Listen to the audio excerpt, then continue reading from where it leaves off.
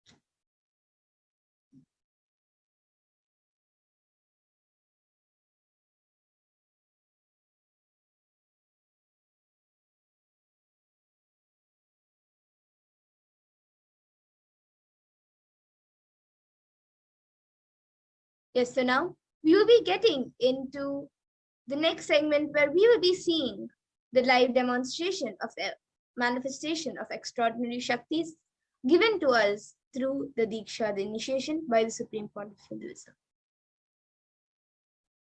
Today, the Badasans, the Nityananda Yogis, and the initiated disciples of the Supreme Point of Hinduism will be demonstrating the powers of third eye and sharing with all of us the experiences and results of the extraordinary manifestation of the divine powers awakened in us through the Diksha. In today's Bhava Samadhi Darshan, all of us will be receiving the initiation into the third eye awakening and various other powers with the blessings and grace of the Supreme Point of Hinduism. We will be manifesting the following powers of third eye, which is seeing with eyes blindfolded. And for those of you who might be thinking where the third eye is located and what it is, then the third eye is located in the cosmic browsing, is the cosmic browsing center, which is located between the brows, which upon initiation one can effortlessly express powers and see through the third eye just as you would with your two eyes. Now we will be seeing what are Shaktis. In the Vedagamas, the source scriptures of Hinduism, Paramashiva reveals in elaborate detail that every human being is hardwired to be able to manifest 463 plus extraordinary Shaktis, the divine powers. Manifesting powers are described as a system, method, and science for human beings to explore the various possibilities and powers and have access to various states of consciousness. Shaktis manifest from the fundamental cognition that you are the divine and you need to manifest the divine, not that you are a man and you need to reach the divine. Now, some of you might have heard the term Siddhis. So let's look at the difference between Shaktis and Siddhis. Shaktis expressed in the space of enlightenment as a side effect of feeling connection with the divine and high integrity with the Guru and are a source of enlightenment, whereas Siddhis are powers that manifest from tapas or penance for enlightenment and are on the path of enlightenment. And Shaktis of Paramashiva manifest through ordinary human beings in an extraordinary way after the initiation by the avatar and are permanent, whereas Siddhis are not permanent and may divert you from your enlightenment. And the source of all these Shaktis, Paramashiva, is the primordial divinity in Hinduism, the ultimate reality and cause, which is self-effulgent, the Swayam Prakasha, all-pervading and changing beyond time, space, form, and causality. And as the fundamental base of Avyakta, the unmanifest, and Vyakta, the manifest existence, he performed the Panchakritya, or the 5 cosmic acts of Shrishti, which is creation, Sthiti, sovereign rulership and maintenance, Samhara, rejuvenation, through Bhava, pulling out a delusion, and Anugraha, which is liberating grace for all living entities. And now, the avatar of Paramashiva, the supreme point of Hinduism, Jagat Guru Mahasannidhanam, His Divine Holiness, Bhagavan Nityananda Paramashivam, as the 1000-nate living incarnation and representative of Paramashiva and the reviver of Kailasa, the ancient enlightened Hindu civilizational nation, and the great cosmic borderless Hindu nation. Ever since the beginning of the civilization, the Sanatana Hindu Dharma has been a cradle of enlightened beings and highly advanced sciences.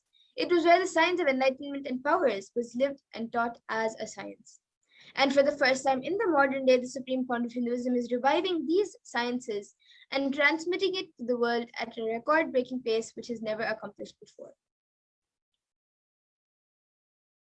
And the knowledge and science of these Shaktis, of manifesting these Shaktis, are passed down from one generation to the next generation through Diksha, which is initiation by the enlightened Gurus, which is the Guru Parampara.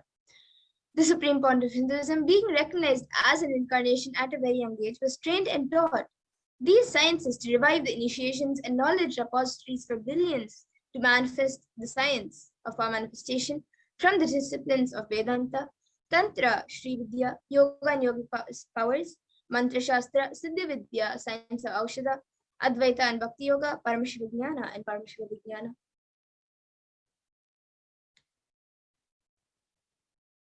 So how can we awaken these divine Shaktis in us?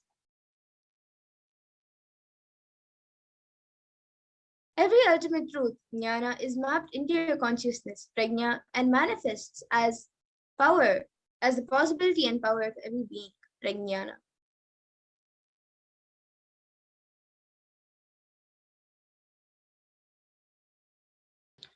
And the science of manifestation is authenticated through 4 aspects of evidences or pramanas. The first is the Shastra Pramana, which is the eternal, unchangeable truths revealed in the source scriptures. And the next is the Apta Pramana, which are the experiences and results of Aptas or authorities of Hinduism, where the Vedic rishis and scientists who have time tested and verified these sciences. And the next is the Atma Pramana, which is an account from the supreme point of Hinduism, this millennium's avatar's personal experience of the power manifestation, and the Pratyaksha Pramana, which is empirical evidence from observation and scientific experimentation.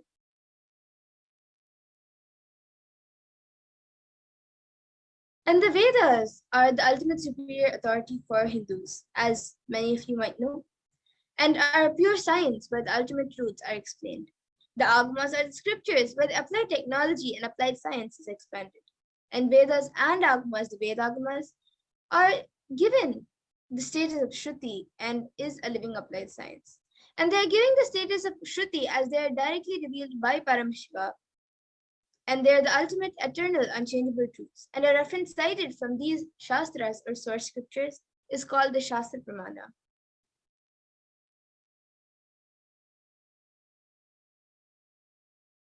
And now let us get ready to witness a very unique and exciting demonstration of the power of third eye. We will be first witnessing the power of third eye, which is reading through the eyes blindfolded.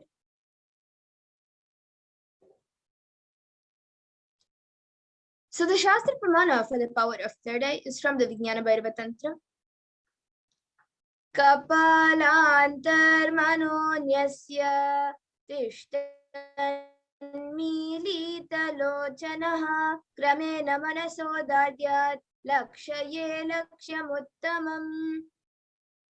The translation for this verse is, by fixing the mind on the inner space within the crown center and sitting stably without any movement, having the eyes closed in succession, by that stability of the mind in inner space through the power of the third eye, one directly sees the ultimate goal Lakshyam by having the vision beyond the sight that reveals any object to place, attaining the space of oneness with the source, Paramashiva.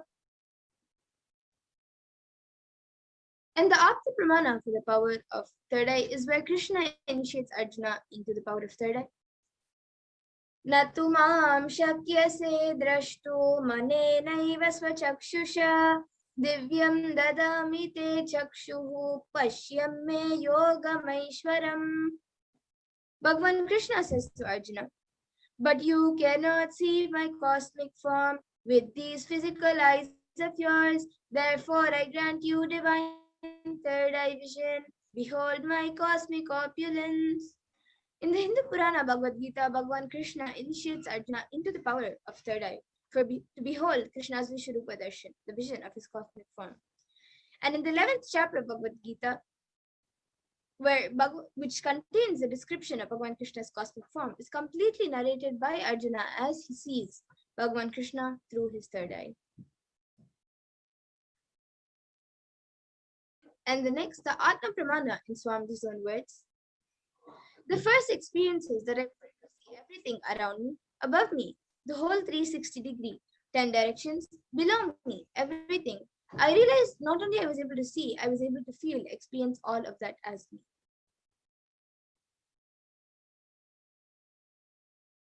And then the next, the Pratyaksha Pramana. As you all can see, a picture of it, where using a PET, a positron emission tomography, the brainwaves of the Supreme Pontiff of Hinduism himself is being measured. And it was measured that when doing daily activities, there was high activity measured in the brain where the third eye is located.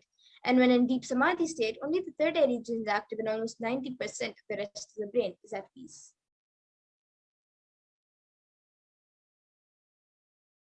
And now we will be witnessing a live demonstration, the Sakshi Pramana, of these extraordinary powers by the initiated disciples and the partisans of Nityananda Gurukul.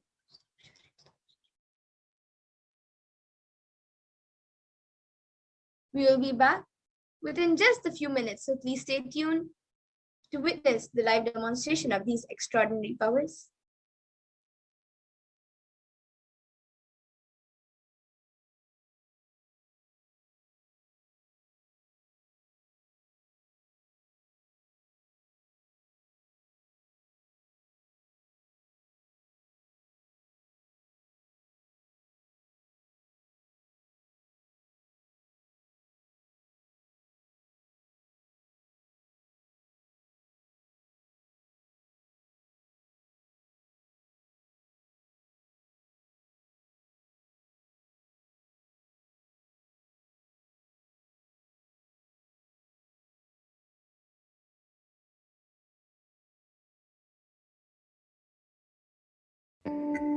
Once, Arunagiri Yogeshwara, my guru, gave me an instruction and then he asked, will you do it?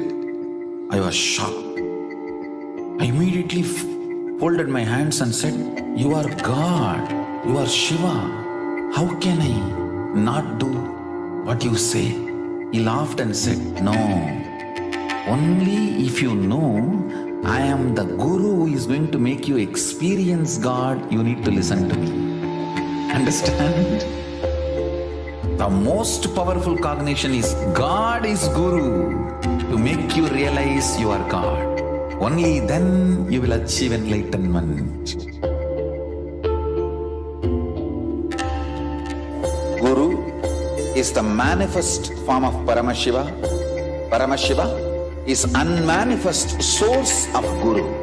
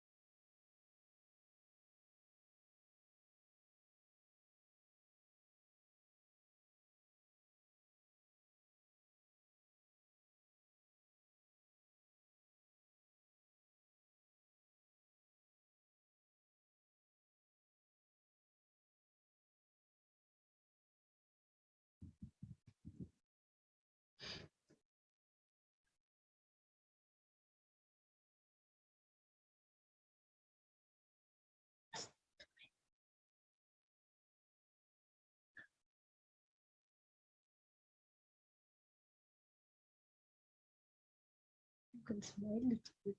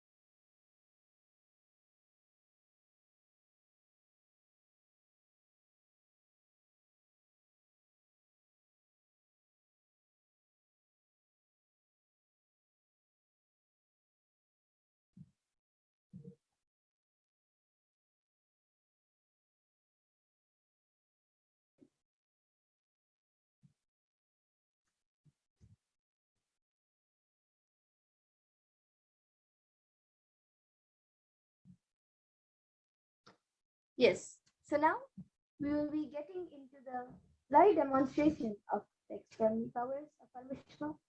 We will first be seeing the power of third eye reading, which is reading and seeing through the eyes blindfolded. So I have with me Manitya Amritananda and myself, Manitya Madhurananda.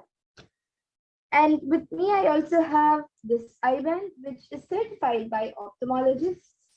And in front, it is just a thick, opaque plastic sheet, which will not let any light in. And behind that, we also have thick black sponge, which does not let any light in. And in these two holes, my eyes will be going into. So everywhere around, there will be sponge covering all around my eyes. So that way, there will be no light entering my eyes. And it is told that only when there's light, one can see anything in front of them. So this will be covering all the light around my eyes, and I will be reading through my third eye. So once it is done, once it is put on me, any of you watching us on YouTube can put your live comments on the YouTube comment section, and we will be reading your comments. So now Amita will be putting this eye band on me.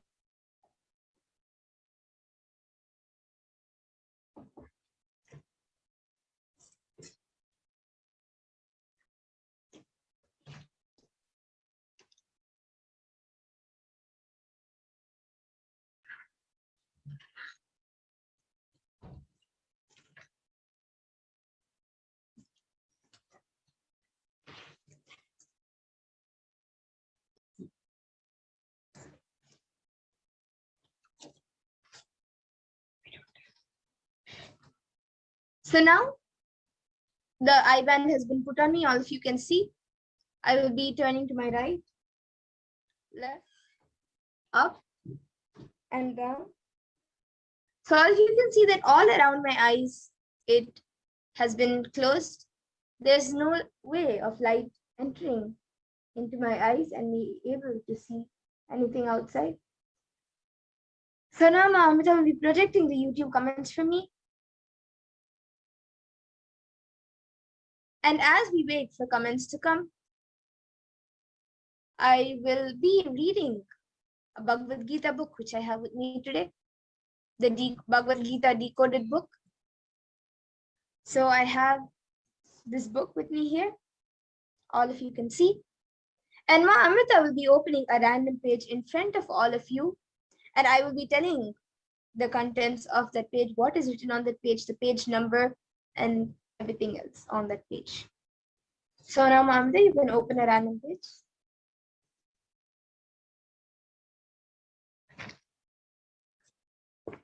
Okay, so she has opened a random page, and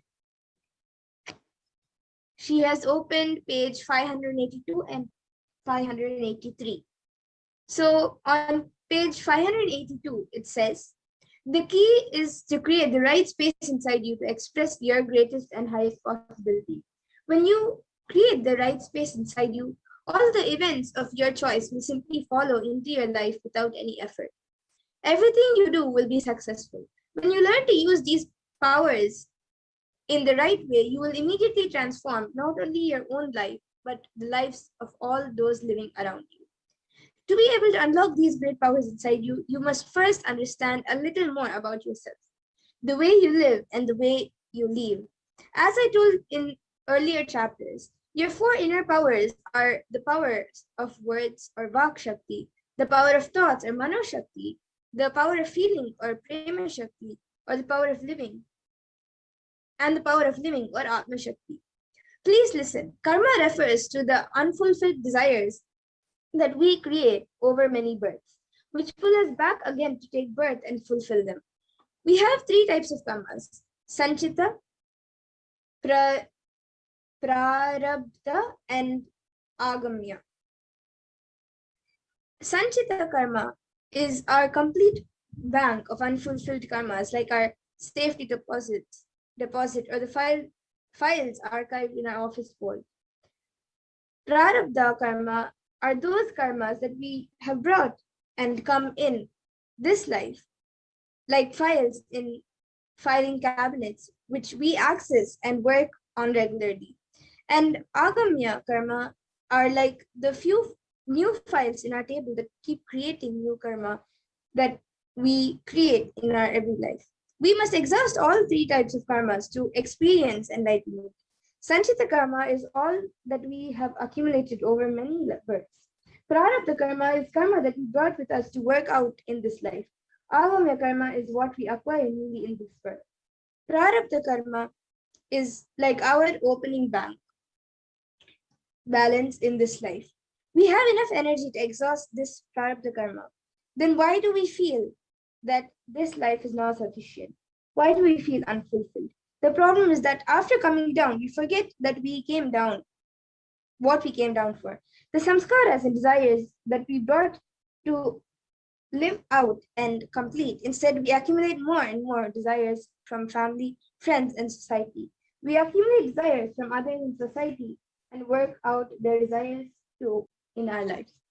So all of you can see the page. I hope it's clear.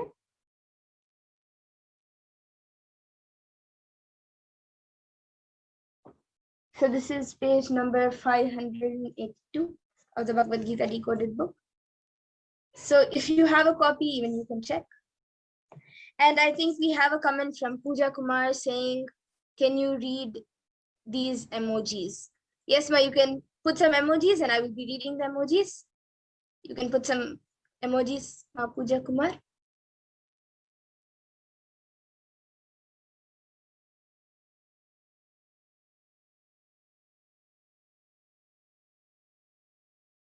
And anyone else also watching us can put your, you can put anything you would like me to read and I will be reading it. Ma Pooja Kumar, you can put the emojis you want me to see.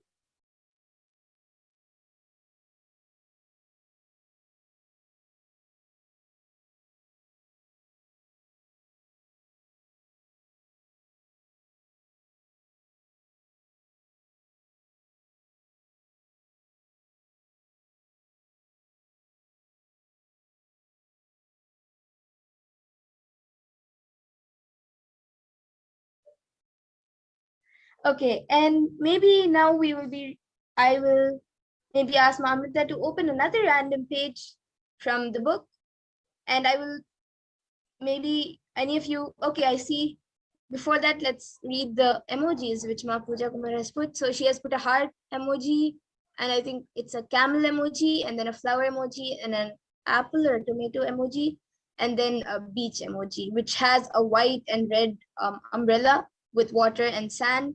And then she has just said, I just put them with a smiley emoji. Yes, Ma, that's great. And if you want me to read anything else, you can even put it now. And now maybe Ma Amrita can open another random page and I will be reading just a para from it. I will tell you the page number and read a para from it.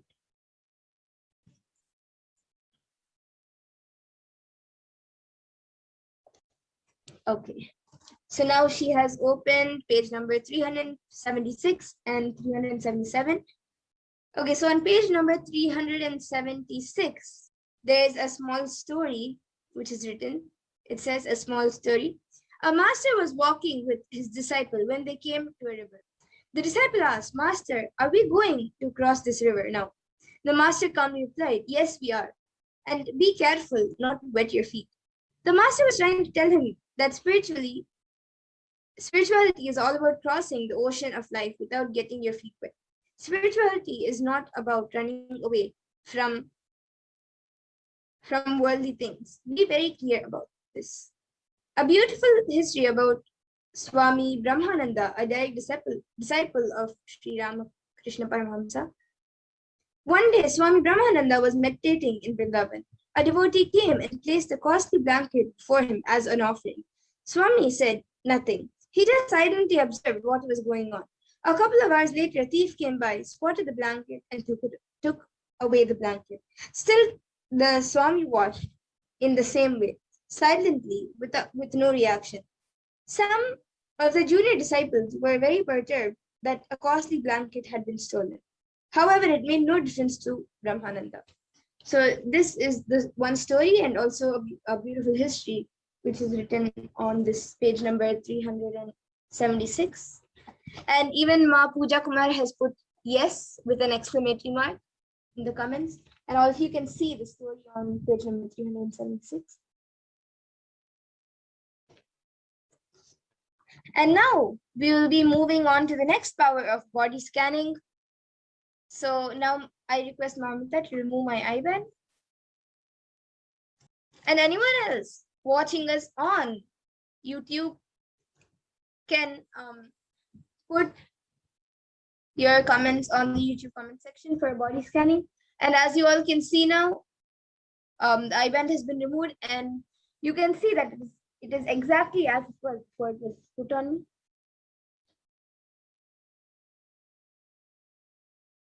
So we will be back for the power of body scanning in just a few minutes. And in that time, if any of you would like a body scanning, you can put your comments in the YouTube comment section.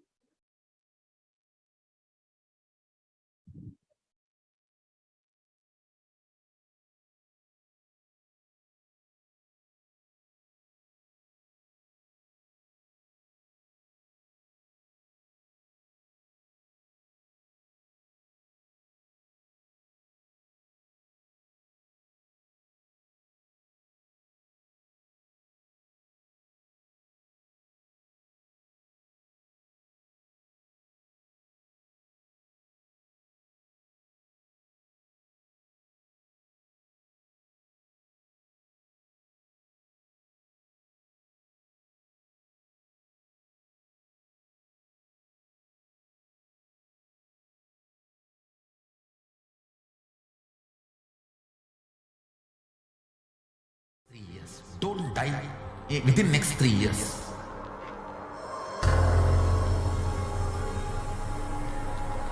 Just don't die within next 3 years.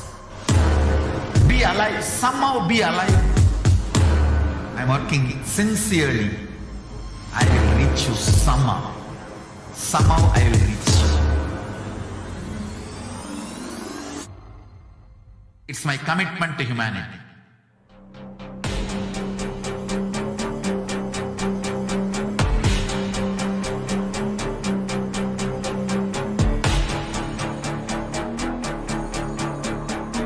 Just don't die within the next 3 years. I will reach you wherever you are, whichever corner of the world you may be. I will reach you with enlightenment. You manifesting the space, state, powers, being, Paramashakti. It is possible, and it is possible for you.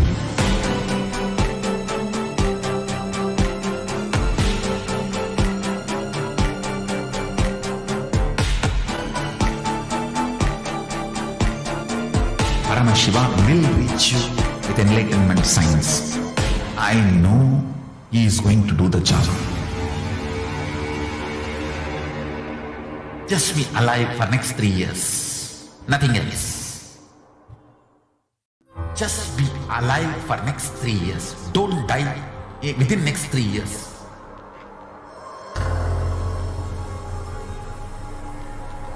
Just don't die within next 3 years. Be alive, somehow be alive. I'm working sincerely. I will reach you somehow. Somehow I will reach you. It's my commitment to humanity.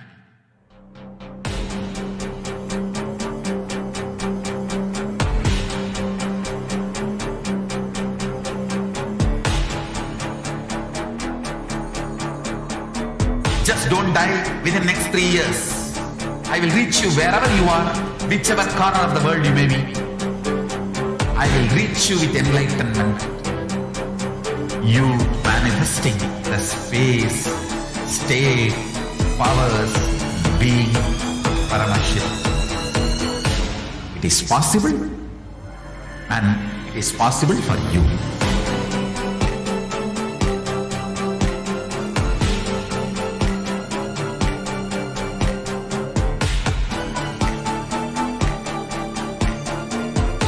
Shiva will reach you with enlightenment science. I know he is going to do the job. Just be alive for next 3 years. Nothing else. Just be alive for next 3 years. Don't die within next 3 years.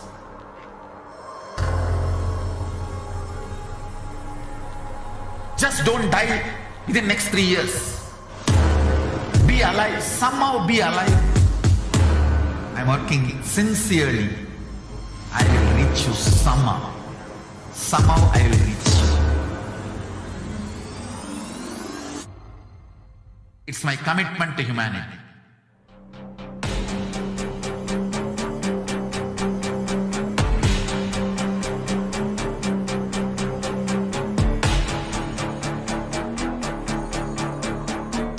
Just don't die within next 3 years. I will reach you wherever you are, whichever corner of the world you may be. I will reach you with enlightenment.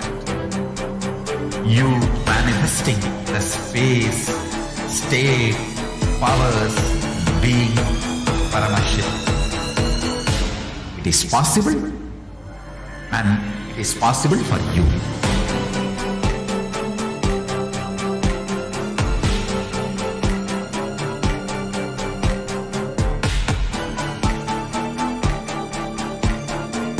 Paramashiva will reach you with enlightenment science. I know he is going to do the job. Just be alive for next 3 years. Nothing else. Just be alive for next 3 years. Don't die within next 3 years.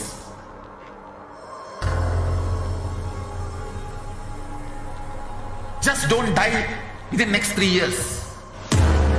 Be alive, somehow be alive. I'm working sincerely.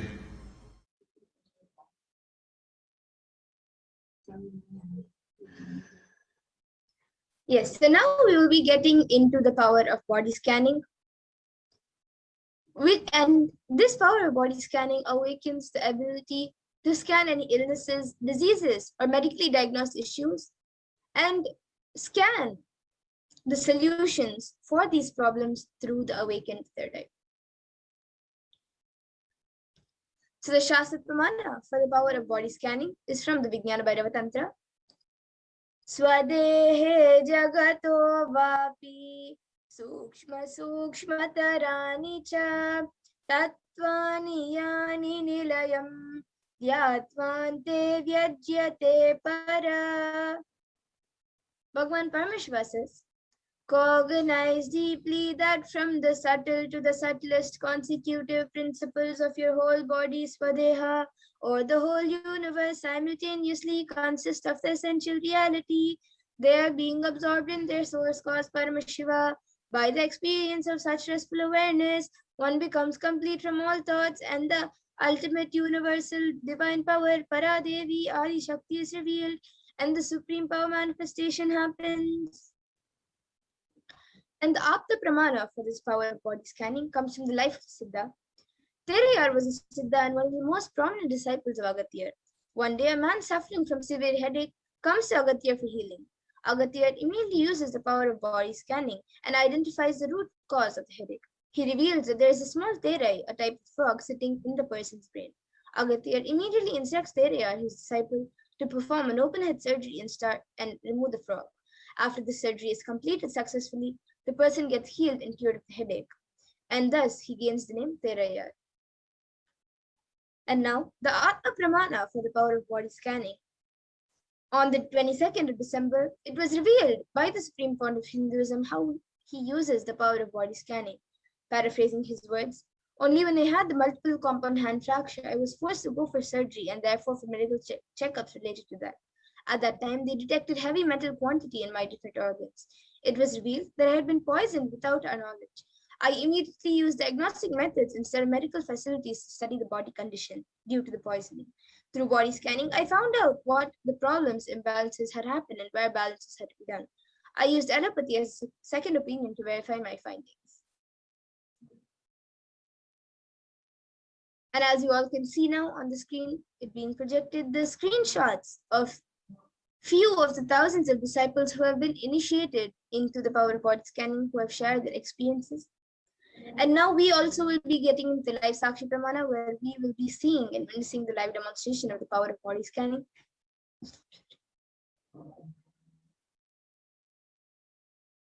So anyone who would like a body scan can put your comments in the YouTube comment section. And I will be doing a body scan for you. So anyone watching us right now on YouTube can put your comments if you would like.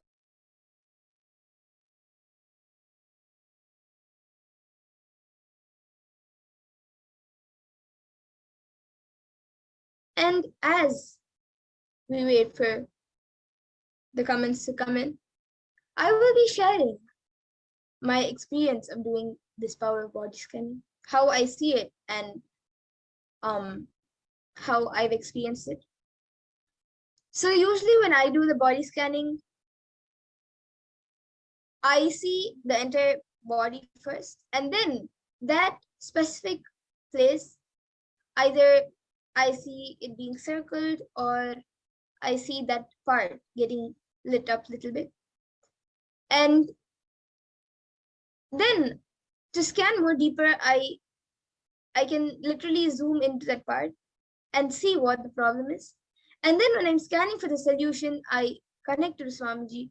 Basically, the entire process itself is connecting to Swamiji, connecting to Paramashiva in the space of oneness.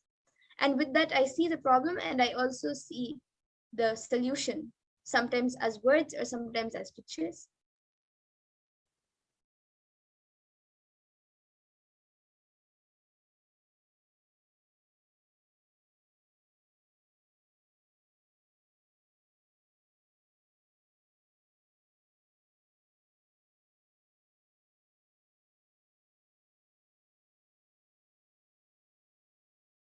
So if anyone would like a body scan, you can put your comments in the YouTube comment section and we will be doing a body scanning for you.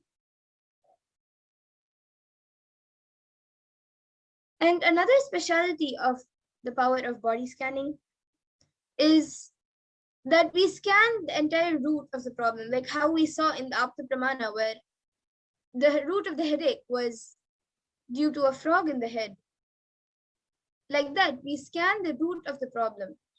Sometimes if you go to a doctor, of course, if you have a headache or if you have a stomach ache, they will give you a specific medicine for that problem and that might get healed. But the root cause of that problem might be something else, maybe something which is there mentally or something else present in some other organ which is affecting the stomach, or the root might be somewhere else. So we scan the root and give a solution to heal the problem from the root. And yes, I see now Ma Nitya Maha Adbhuta Charitra Nanda, who has put, Nityananda, can you help me do a scan? I have hair loss recently, can you help me scan for the cause? Okay, yes ma. Now I will be chanting the Mahavakya and scanning the reason for the hair loss and any other problem, and also give a solution for it. Om Nityananda Paramashivoham. Om Nityananda Paramashivoham. Om Nityananda Paramashivoham.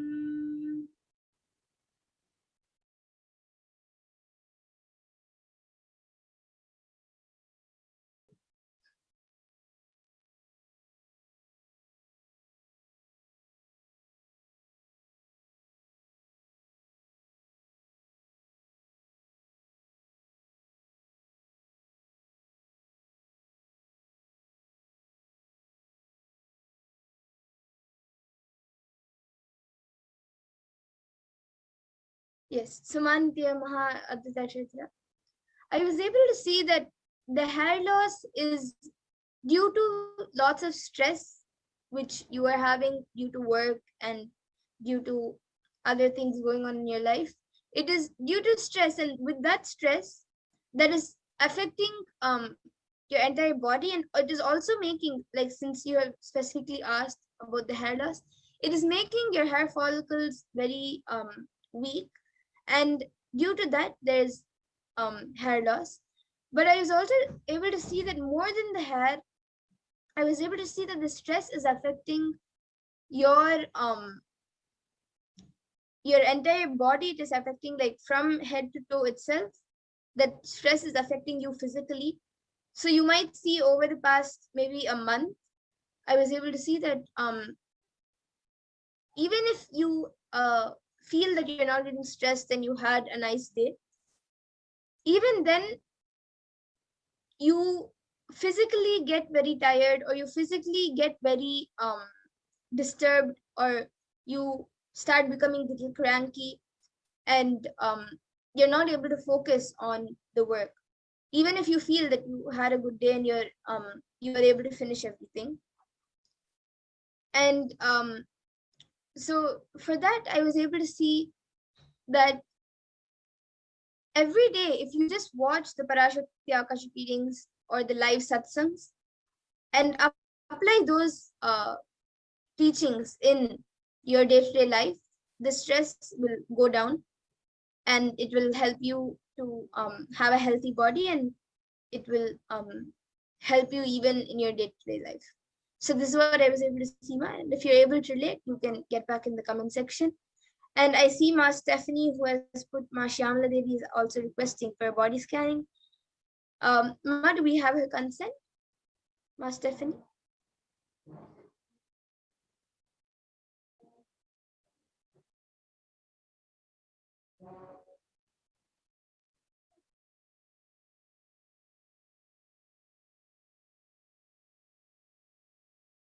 Ma Stephanie, you can get back in the comment section if we have Ma Shyamala Devi's consent to do the, yes, okay. She has put yes, Ma, she requested, okay. So now I will be scanning for Ma Shyamala Devi.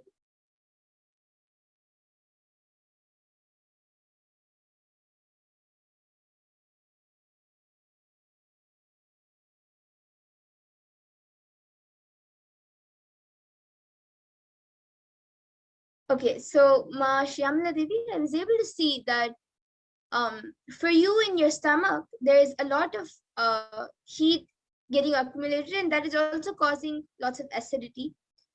So I was able to see that if you drink more water, and every day for 10 minutes, if you just sit chanting intensely the Mahavakya, that, and with the Sankalpa to heal yourself, and asking Swamiji to heal you, just chant intensely the Mahavakya for 10 minutes, that will heal you, Ma. Other than that, there is no major issue in your body. And I see Ma Nitya Mahadvita Charitra has said, thank you, Ma. Yes, you are very right. Yes, thank you, Ma, for getting back. And even Ma Stephanie, you can get back with Ma Shyamala Devi's response in the YouTube comment section.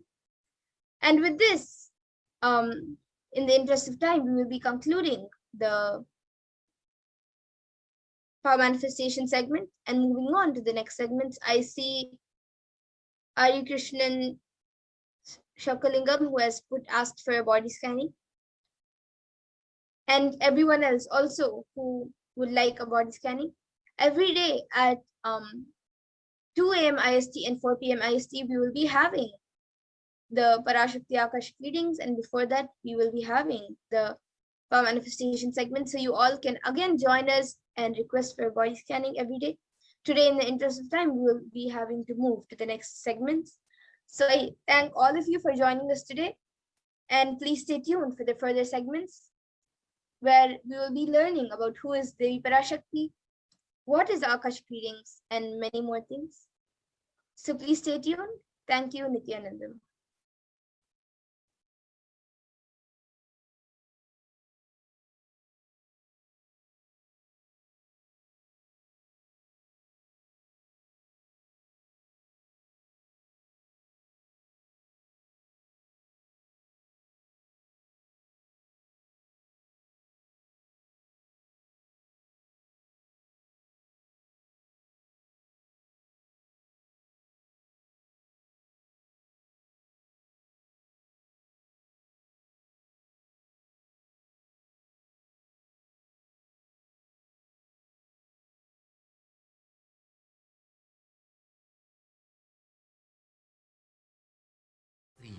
Don't die within next 3 years.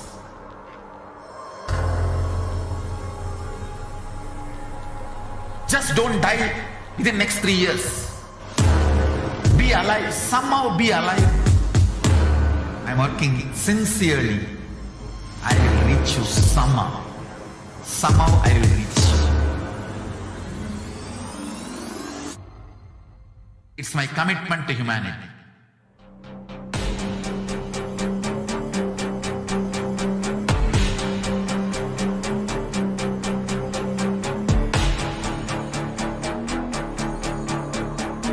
Just don't die within the next 3 years. I will reach you wherever you are, whichever corner of the world you may be. I will reach you with enlightenment. You manifesting the space, state, powers, being, Paramashakti. It is possible, and it is possible for you.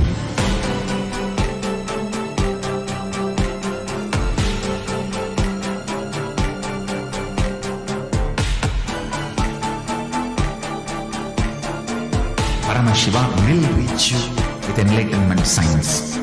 I know he is going to do the job. Just be alive for next 3 years. Nothing else. Just be alive for next 3 years. Don't die within next 3 years.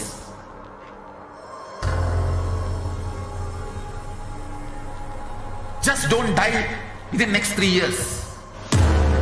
Be alive, somehow be alive. I'm working sincerely.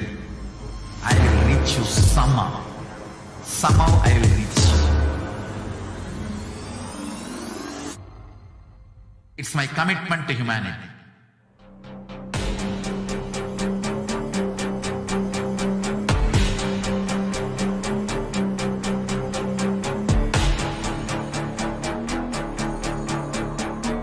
Just don't die within next 3 years.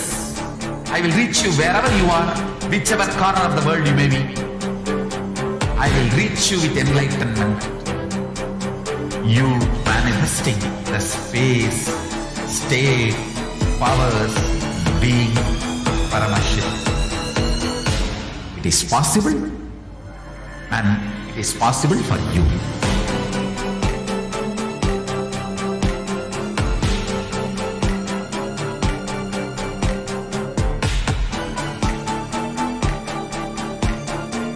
Paramashiva will reach you with enlightenment signs. I know he is going to do the job. Just be alive for next 3 years. Nothing else. Just be alive for next 3 years. Don't die within next 3 years.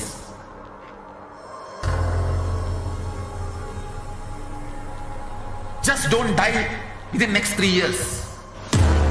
Be alive, somehow be alive. I'm working sincerely. I will reach you somehow. Somehow I will reach you. It's my commitment to humanity.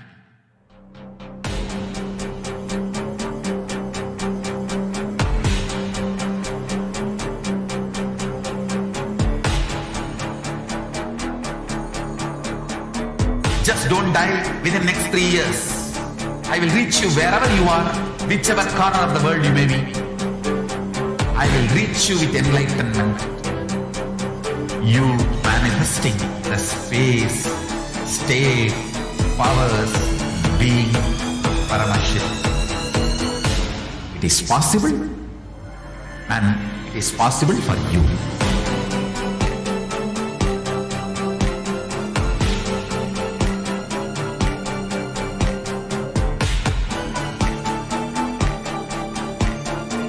Paramashiva will reach you with enlightenment signs. I know he is going to do the job. Just be alive for next 3 years. Nothing else. Just be alive for next 3 years. Don't die within next 3 years.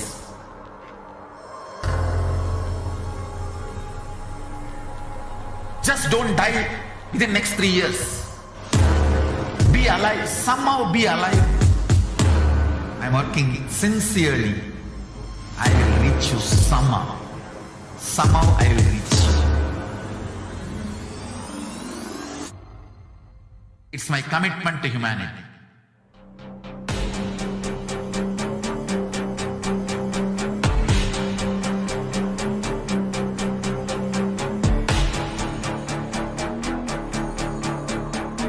Just don't die within next 3 years. I will reach you wherever you are, whichever corner of the world you may be. I will reach you with enlightenment. You manifesting the space, state, powers being Paramashakti.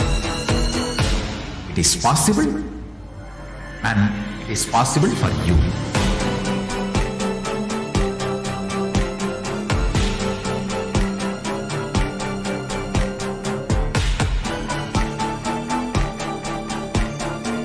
Paramashiva will reach you with enlightenment signs. I know he is going to do the job. Just be alive for next 3 years. Nothing else. Just be alive for next 3 years. Don't die within next 3 years.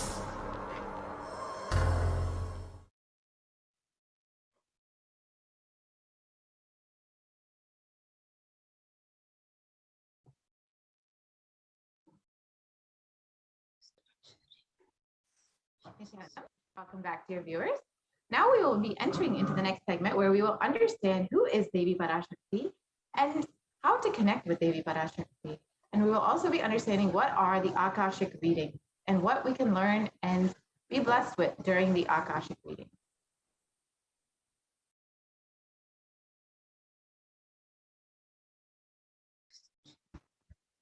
Yeah, we can start the slide share, Ma.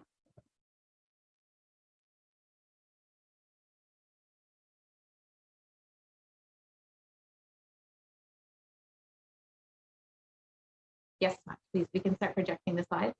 So we'll be starting off with learning who is Devi PARASHAKTI.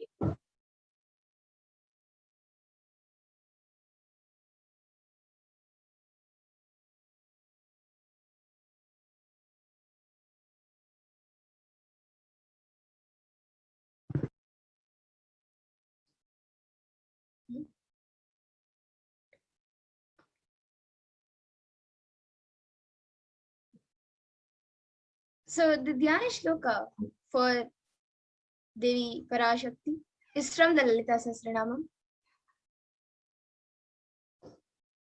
Sindhuraruna vigraham trinayanam manikya mauli spurat taranayaka shekharam smitamukhim mapina vakshoruham panibhyam alipurna ratna chashakam raktotpalam bhibratim Saumyam Rakna Gatasta Rakta Charanam Dhyayet Paramambikam.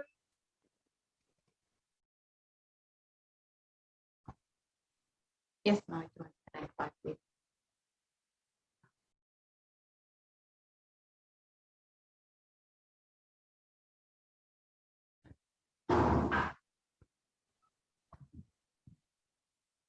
Yes.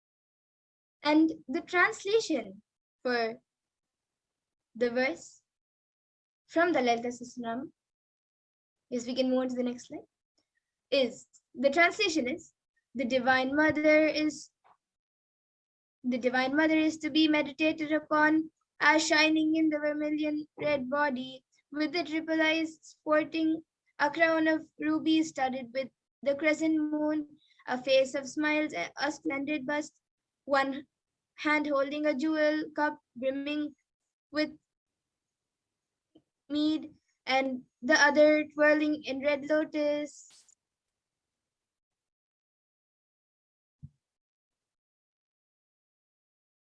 Yes, we can move on to the next slide. Yes.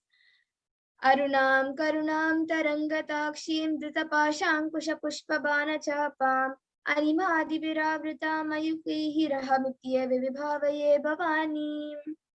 The translation for this verse is: I meditate upon the great empress. She is red in color. Her eyes are full of compassion. She holds a noose, the good, the bow, and the flowery arrow in her hands. She is surrounded on all sides by powers such as anima, for rays, and she is the self within me.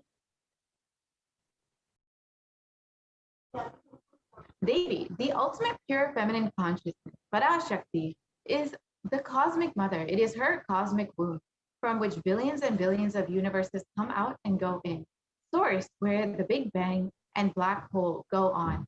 PARASHAKTI is a source Shakti, source energy, source power, from which all of us came, in which all of us are even now, and which all of us are going to merge.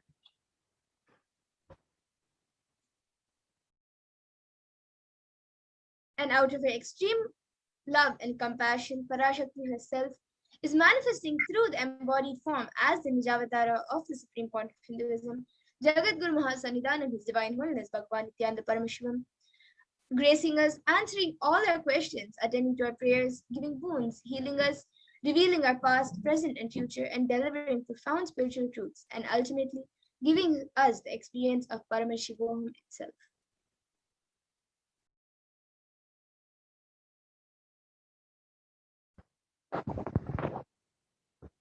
Yes, ma'am, go ahead. Blazing as, in PARASHAKTI's own words, herself, blazing as Omkara, expressing as Vedas and Agmas, blossomed as Hrimkara, filled as Parashodasi, living in 40 triangles, the Kailasha Swamini, who is in Kailasha, Shri Purachintamani Parashodasi, sitting as part of Paramashiva, Parameshwari, who rules the world, Paramashakti, Manonmani Meenakshi. As Nityananda, I took Nijavatara here to give good boons to everyone, to bestow all goodness, Hiranyagarbha Swarupni, Brahmanda Yoni, Shami, Chandramauli, Rapala, Aparna, Uma, Parvati, Savitri, Navayavana, Samrajya Lakshmi, Parameshwari, Parashodasi, Meenakshi. Taking the form of Nityananda, I came here as Nijavatara with great compassion. I am blessing. Listen, people, to do good to all of you, I took the form of Nityananda and came down as Nijavatara.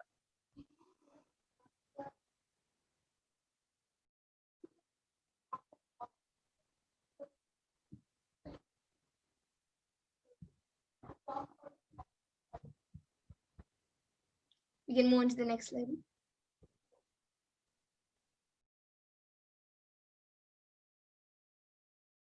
Raising as Omkara, blossoming as Shiva.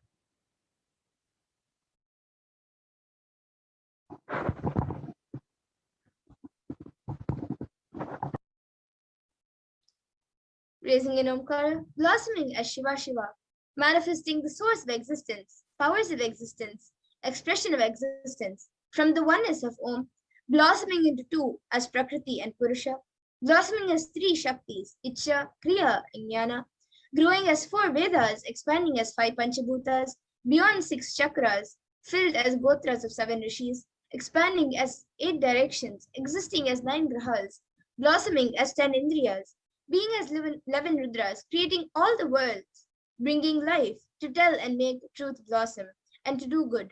Parashodasi Meenakshi, in the form of Nityananda, I came to bless every one of you.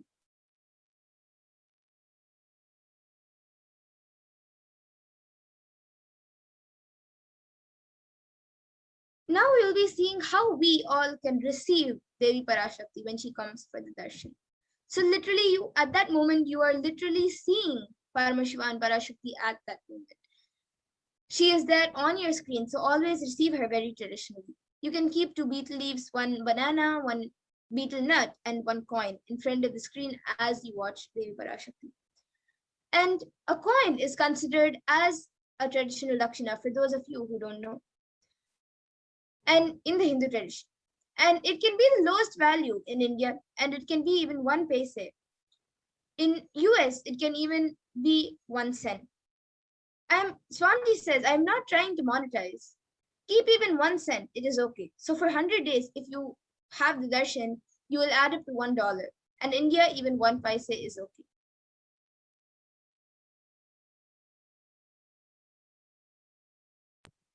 And then you can offer that to Devi. After darshan is over, do the namaskar and eat the banana, betel leaf, and betel nut.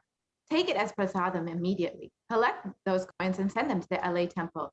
The betel leaf, betel nut will look too small, but in a few days, you will see how much it adds to your life, your sentiment, that really, she is there. You will not take the Devi darshan for granted. Rituals will break your monotonous, unconscious mentality and lifestyle and remind you and raise you to the powerful cognition. It will break your unconscious behavior.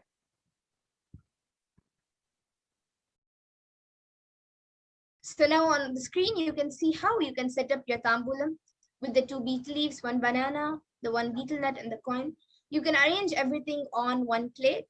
And many people also keep some flowers. So you can even keep some flowers and anything else you would like to keep.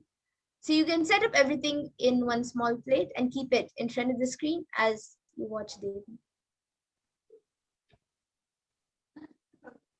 So now we will move on to what are the Akashic readings. So we can switch to the slide, please.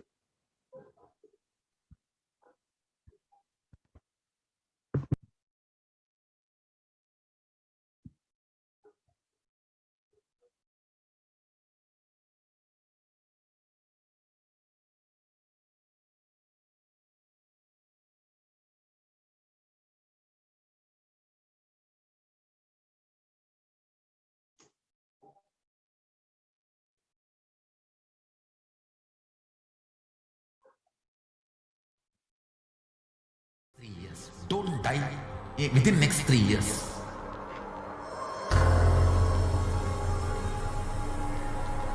Just don't die within next 3 years. Be alive, somehow be alive. I'm working sincerely. I will reach you somehow. Somehow I will reach you. It's my commitment to humanity.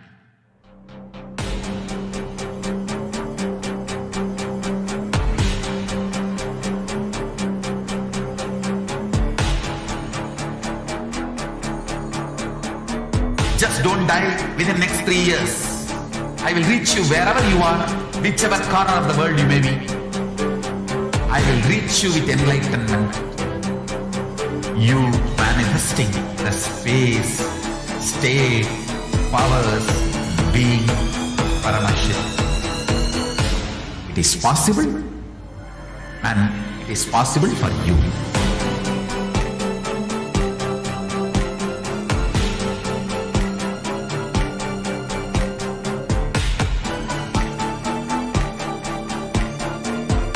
Shiva will reach you with enlightenment science.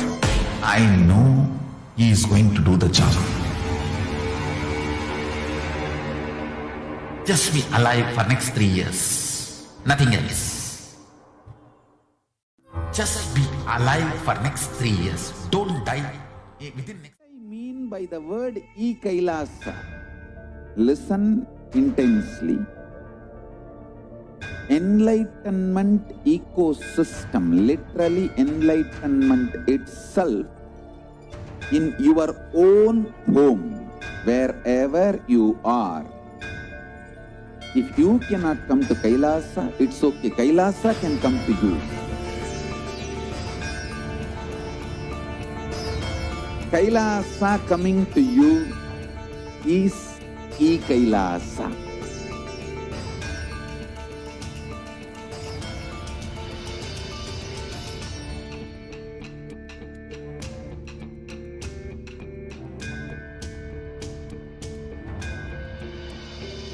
I will revive Hinduism. I am a Hindu revivalist, not by any revolution, but by evolution.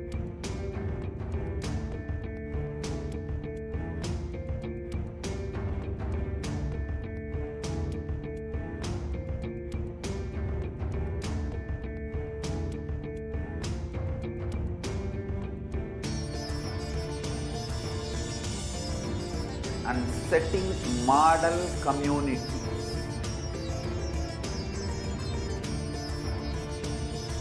Kailasas, enlightenment ecosystems, Sarvanya Pitas all over the world.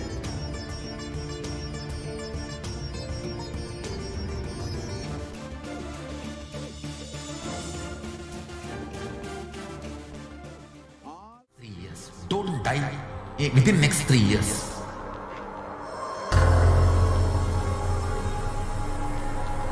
Just don't die within next 3 years. Be alive, somehow be alive. I'm working sincerely. I will reach you somehow. Somehow I will reach you. It's my commitment to humanity.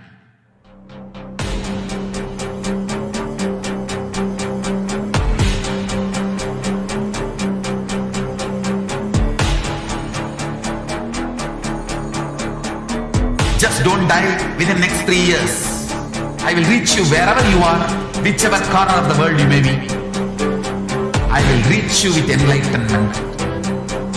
You manifesting the space, state, powers, being, Paramashakti. It is possible, and it is possible for you.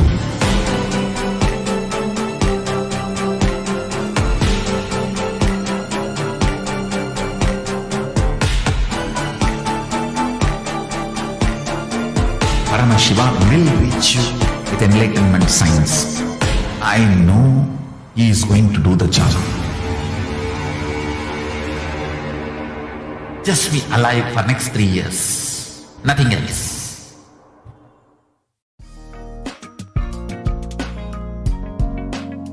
We get you health. We get you ability to build beautiful relationships in your life. We get you direct spiritual support, and we make sure you become wealthy.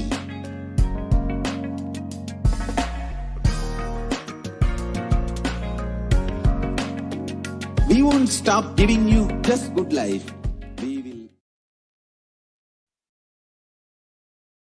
Yes, now we will be moving on to the next segment where we will be seeing what are the Akashic records.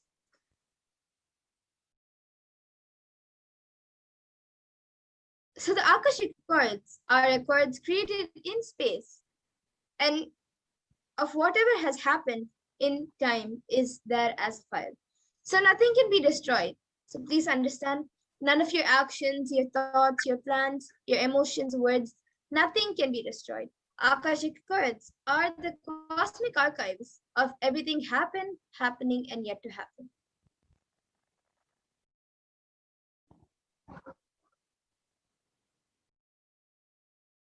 Yes, we can move to the next slide, please.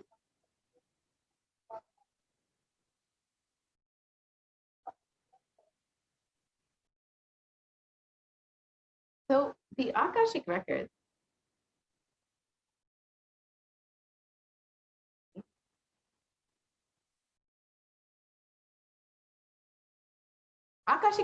are the verbal, visual, 5-dimensional document. Whatever is happening is continuously getting recorded. All the information you've collected from all of your births is in your DNA. You can access some of them just to understand and not to waste time doing the same thing again and again.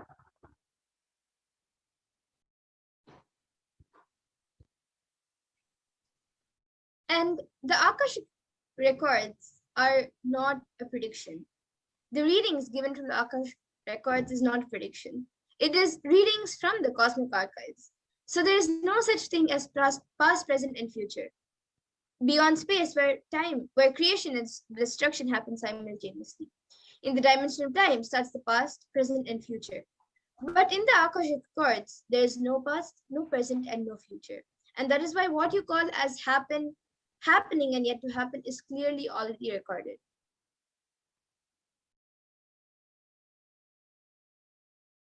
And in Swamiji's own words, nobody has a right to comment on these readings. Nobody has a right to manipulate these readings. Nobody has a right to interpret these readings. They are complete unto themselves. For anybody to live in tune with the cosmos, the Jivan Mukti, living enlightenment, does not need any special practice other than listening to these great readings again and again. When you listen to these great readings, naturally, your negative logic is penetrated, broken, and those great truths settle in your inner space, and they make you live enlightenment.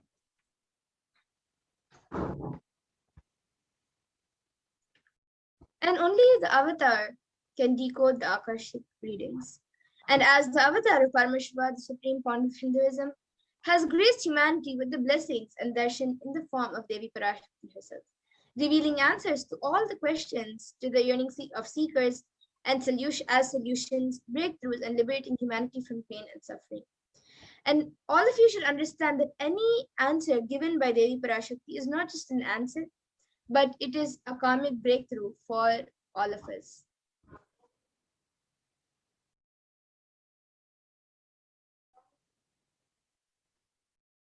And the Shastra Pramana for the power of Akashic reading comes from the Vijnana Bhairava Tantra, Dharana 61, Sutra 84.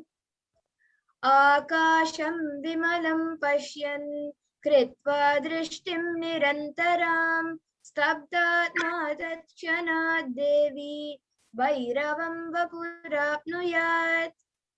And the translation goes, looking at the spotless infinite etheric space, Akasha, beyond the sky and clouds, one should fix one's gaze from the third eye without blinking continuously and make the body and inner space steady and motionless. In that very moment, O Devi, one attains the nature and powers of the infinite space, Vairava.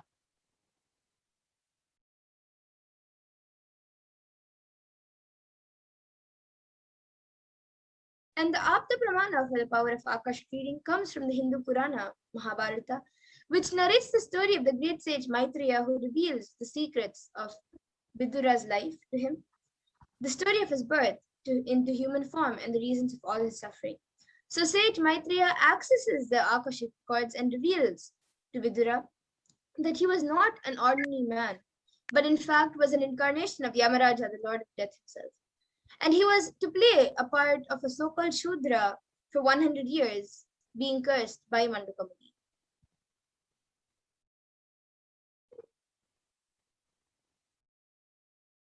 So what are the benefits of having your Akashic reading read? The Supreme Pontiff of Hinduism says that all the information you collect from all of your births is in your DNA. You can access some of them just to understand and not to waste time doing the same actions again and again.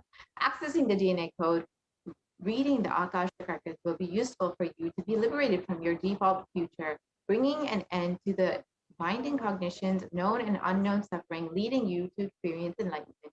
Parameshwar.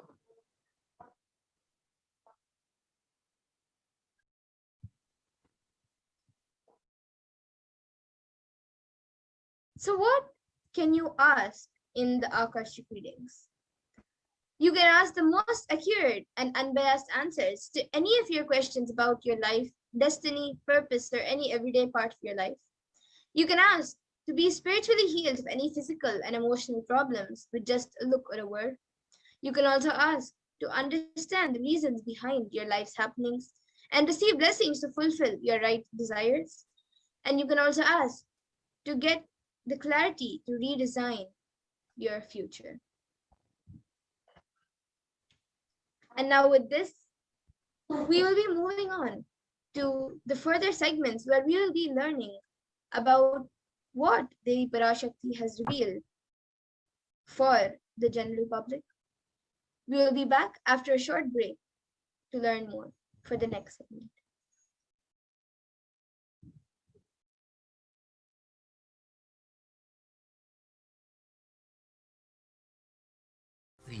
Don't die within next 3 years.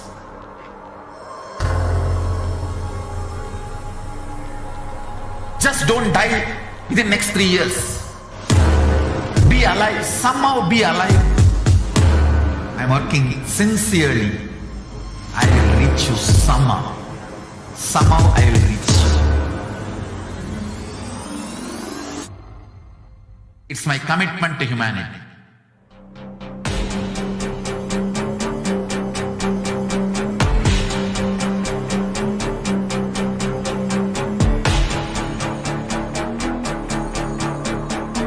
Just don't die within the next 3 years.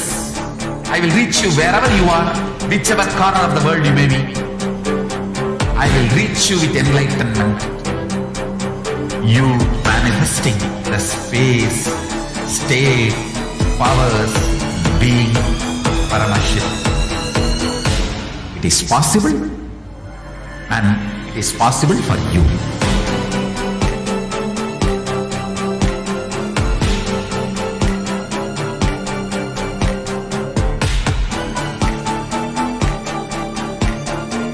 Paramashiva will reach you with enlightenment science. I know he is going to do the job. Just be alive for next 3 years. Nothing else.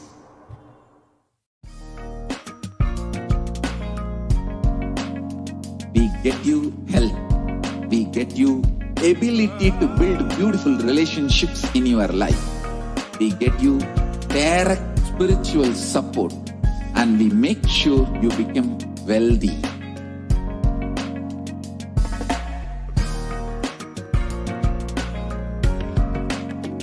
We won't stop giving you just good life.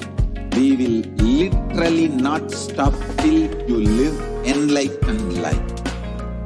Manifesting the state of Paramashiva, space of Paramashiva, powers of Paramashiva, being of Paramashiva.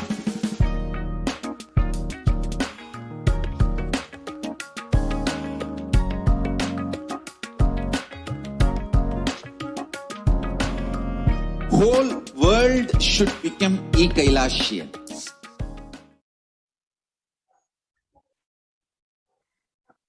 I request the slides for immunity to be projected.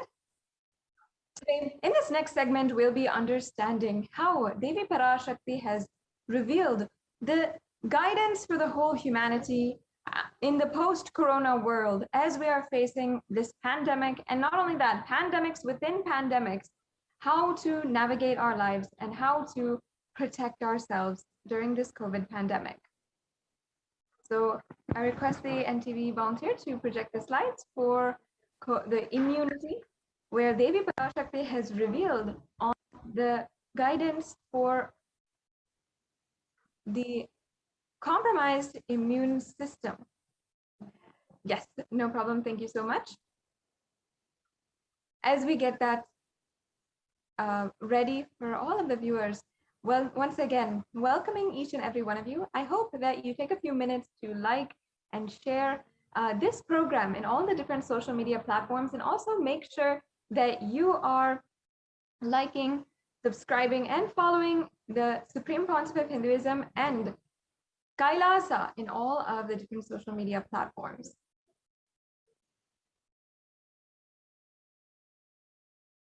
So we'll now be beginning the segment on, every one of you. I hope that you take a few minutes to like and share this program in all the different social media platforms, and also make sure that you are liking, subscribing, and following the Supreme Pontiff of Hinduism and Kailasa in all of the different social media platforms.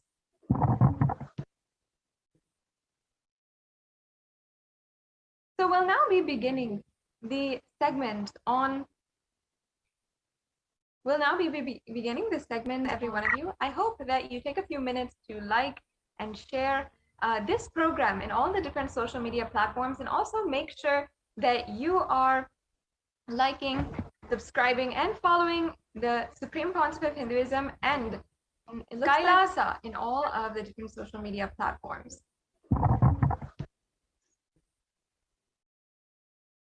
Yes, we can go. So we'll now be beginning the segment on,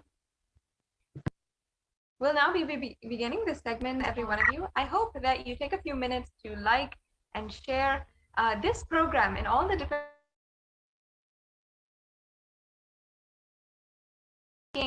subscribing and following the Supreme Pontiff of Hinduism and Kailasa in all of the different social media platforms. So I request if yes, we can go. So we'll now be beginning the. Sorry for that technical glitch. We'll be sorting that right away and getting right back with you.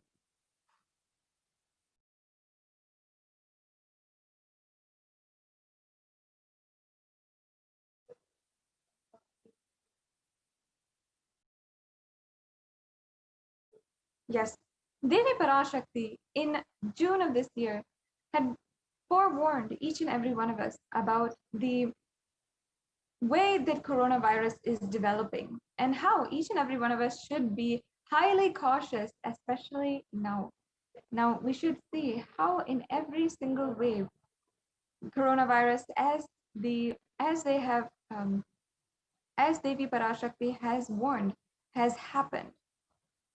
Yes, thank you so much. We can go to the first slide.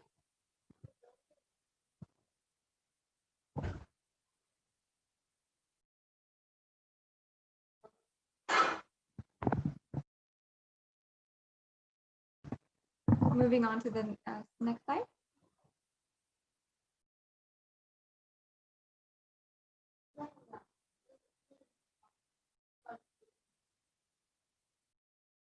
Let us understand and watch where Devi PARASHAKTI herself had revealed on the coronavirus. I think that we need to go to the very beginning of the slide.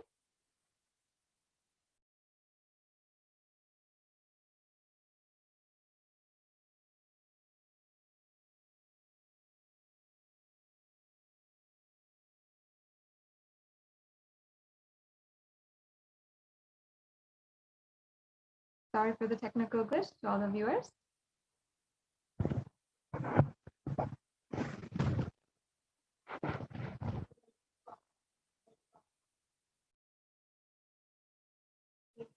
We'll be sorting that right away. Meanwhile, I hope that each and every one of the viewers is liking and subscribing in all the official handles of the Supreme Pontiff of Hinduism and Kailasa. Make sure you visit kailasa.org as well. And like and subscribe in all the different social media platforms.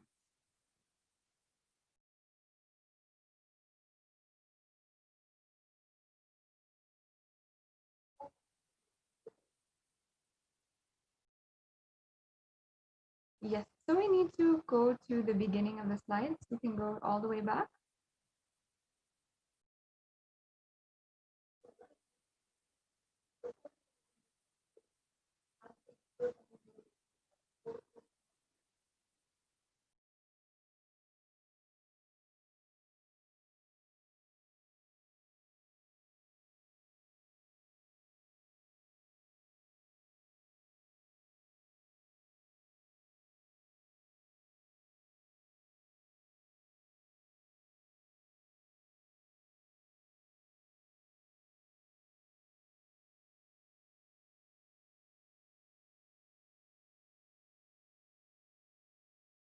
Okay, so let's go to the slide where Devi PARASHAKTI reveals on the video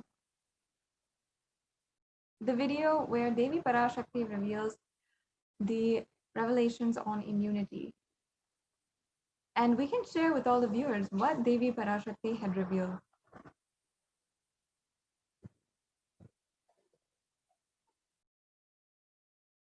Yes, there we go. Yes, we can watch this video briefly. Sharmila, corona ஒழிந்தது. கொரோனாவை வைத்து அரசியலும் அழிவாட்டமும் செய்ய நினைக்கும் மனிதர்களின் சதிராட்டம் முடிய இன்னும் 4 ஆண்டுகளாகும். என் பக்தர்களையும் சீடர்களையும் கைலாய வாசிகளையும் நானே காத்துக்கொள்கின்றேன், நானே காக்கின்றேன். என் பக்தர்களுக்கு ஒரு துயரும் ஒரு துக்கமும் வாராது. ஆனால் உலகின் இந்த கொரோனாவின் சதியாட்டம் முடிய 4 ஆண்டுகள் ஆகும். 2025 தான் அடங்கும். இது சதியாட்டம், மனிதர்களின் சதியாட்டம்.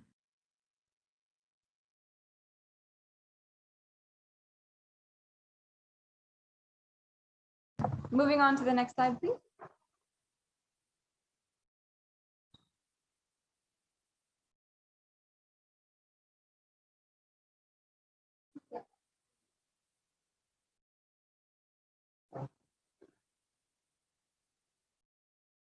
Yes.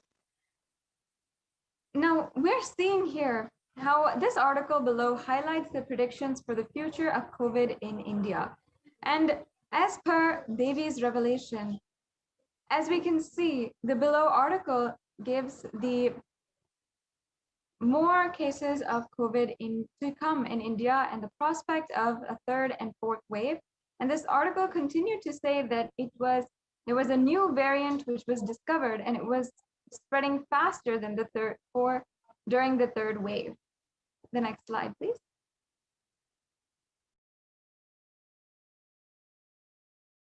Yes, this was the 3rd revelation that Devi PARASHAKTI had made during this entire, during this extremely profound revelation on immunity. Devi had revealed in 3-fold that 1, the immune system of all of the COVID patients is actually extremely compromised, and each and every one of the COVID patients have had and seen the lasting effects of COVID on their health and well-being, including their physiology, their physical well-being, as well as their mental health. And they've seen in several different layers how COVID has long-term effects and the immune system is entirely compromised.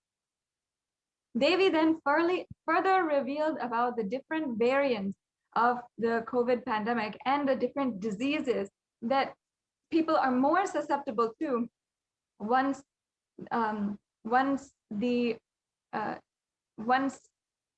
they have COVID. For example, all the fungal diseases, the black fungus and the white fungus diseases that so many people, I think upwards of 7,000 people had suffered from just in the last few months in India.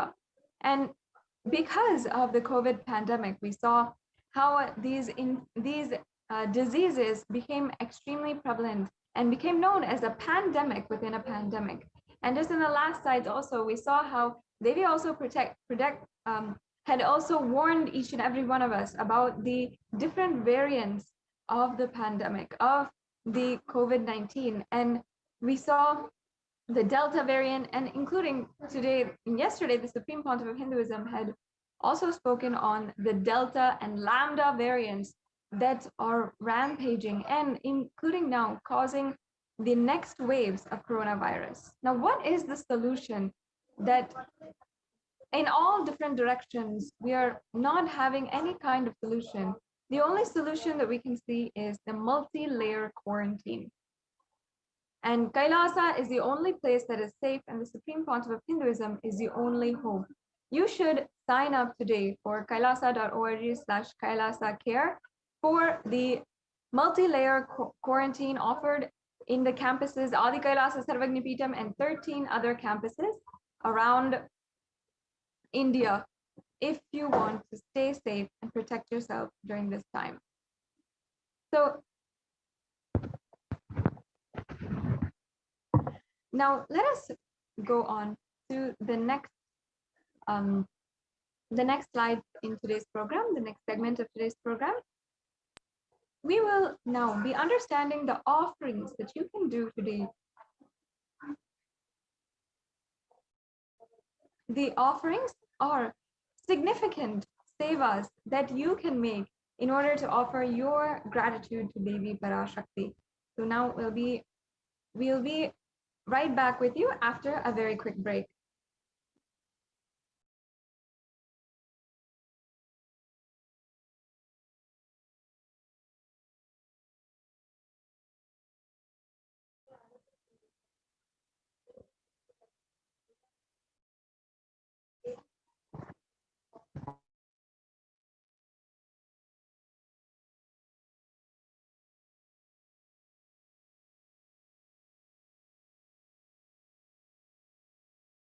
We'll be right back with you after a very quick break.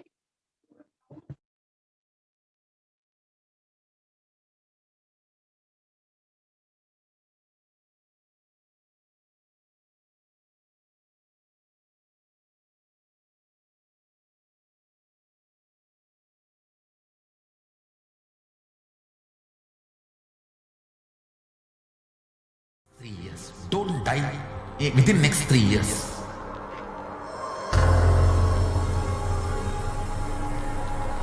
Just don't die within next 3 years. Be alive, somehow be alive. I'm working sincerely. I will reach you somehow. Somehow I will reach you. It's my commitment to humanity.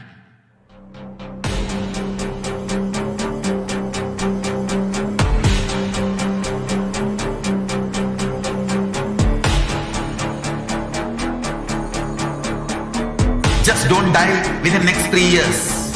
I will reach you wherever you are, whichever corner of the world you may be. I will reach you with enlightenment. You manifesting the space, state, powers, being, Paramashiva. It is possible, and it is possible for you.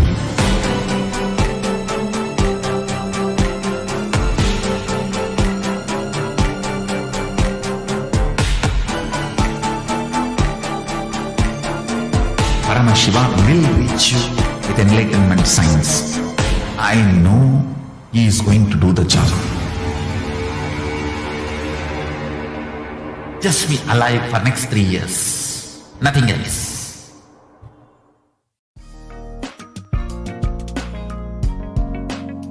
We get you health. We get you ability to build beautiful relationships in your life. We get you direct spiritual support, and we make sure you become wealthy.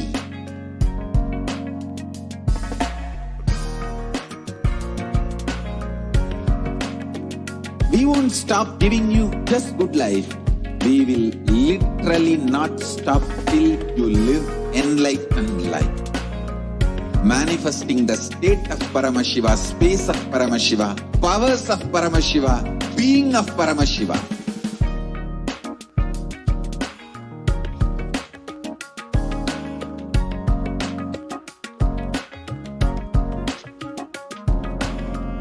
Whole world should become e-Kailashian. I want the whole world to know. Yes. Now let us begin understanding the different offerings that you can make today.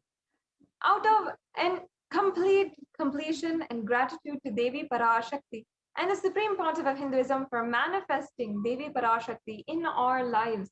In this day and age, especially during these very tense times, we can offer our completion, our gratitude in the form of various different sevas and different offerings at the lotus feet of Devi PARASHAKTI and the Supreme Pontiff of Hinduism. As the Nijavatara who is manifesting Devi PARASHAKTI for all of us to connect to. Let us first have invoked the deep sacred space of Devi PARASHAKTI with the Shastra Pramana. From the Moolagama, the Dhyana Shloka for Manonmani, the beautiful, compassionate form of Devi PARASHAKTI. Om Induniva Veda Karavahni Yanam Sya Pankajavara Bhaya Japakshara Sayuktam Angahimabhushana vichitravasanam syat Tungamukatojjvala manonmani swarupam. And now the English translation. Moonlight face holding the Vedas on hand, fire in eyes, with lotus flower gracing and blessing hands, and one hand with the Japamala, beautifully decorated with jeweled ornaments in wonderful cords and shining bright crown. Her name is Manonmani.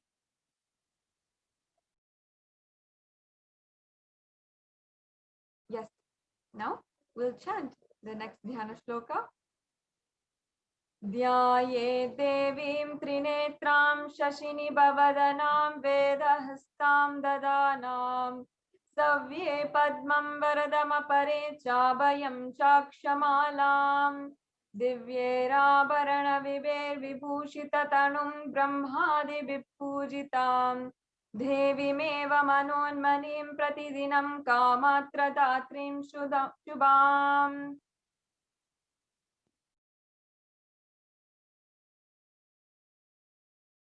I meditate on Devi with 3 eyes glowing like a moon and holding the Vedas, lotus and gracing with blessing and gracing hands. She is wearing beautiful ornaments and she is worshipped by Brahma and other many gods and showers auspicious boons for all actions every day.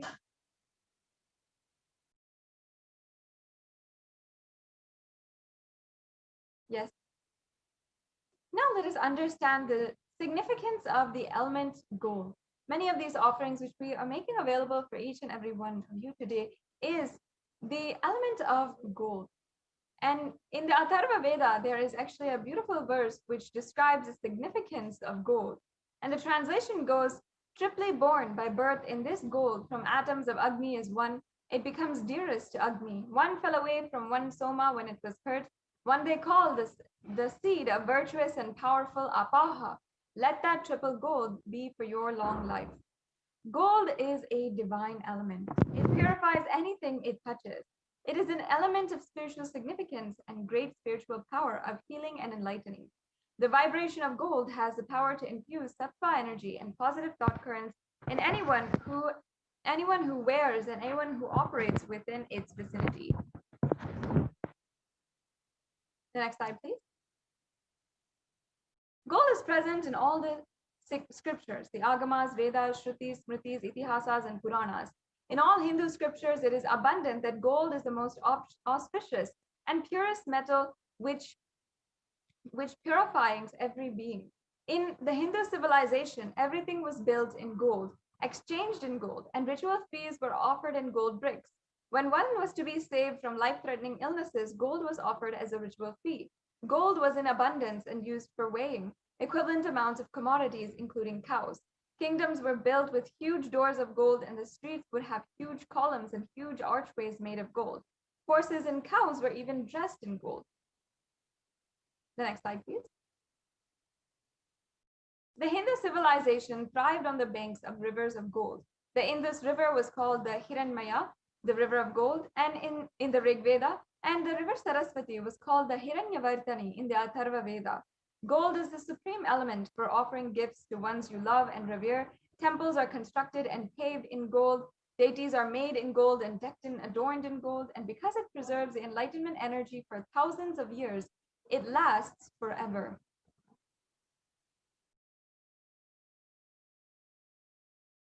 Now let us begin an understanding the first of the offerings, the Ihundi offering.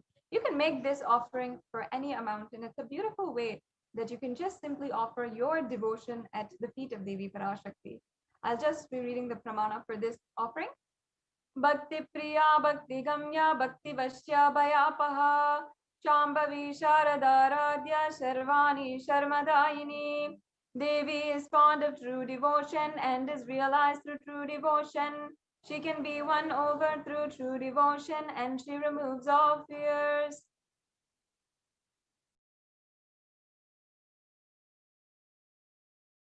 If there is any fear in the minds of devotees, Devi is sure to remove that fear. It is stated that Devi likes to be worshipped in autumn. Here it is meant that autumn of our lives, when thoughts turn more and more inwards and the role of the divine is known and understood clearly, the need for Devi worship becomes stronger. Shambhavi is the consort of Shambhu, Lord Shiva. Sharadha Radhya means worship by Sharadha Saraswati. Sharvani means wife of Lord Shiva. And the Lunga Purana says that Lord Shiva is actually called Sharva in his earth form. Sharmadhaini is Devi who bestows happiness on devotees. And you can offer your gratitude and devotion to Devi PARASHAKTI by offering this Ihundi offering, and you'll be granted all the boons and blessings just for your simple devotion.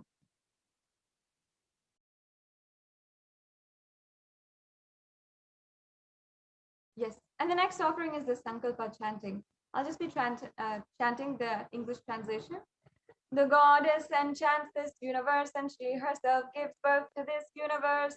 That God is being prayed without interest in anything, gives that knowledge that leads to salvation and gives wealth in the materialistic sense. This is from the Devi Mahatmyam, chapter 12, verse 34. The offering of the Sankalpa is a way that you can receive the blessings of Devi PARASHAKTI and fruition for all of your desires and wishes. The next offering. The next offering is the Sahasranama Swarnakasu. In the Lalita Sahasranamam, verse 731, Devi is Nama Parayana Prita, she who likes the repetition of her own names. This offering is of the 1008 names of Devi PARASHAKTI, and it's a very special, unique archana offered to Mahameru of Devi PARASHAKTI.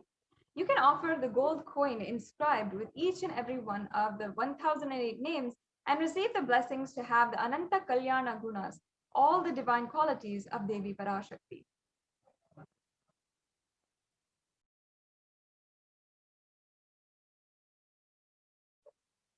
And now the offering of the Mukta Anguti. I'll just be chanting the verse.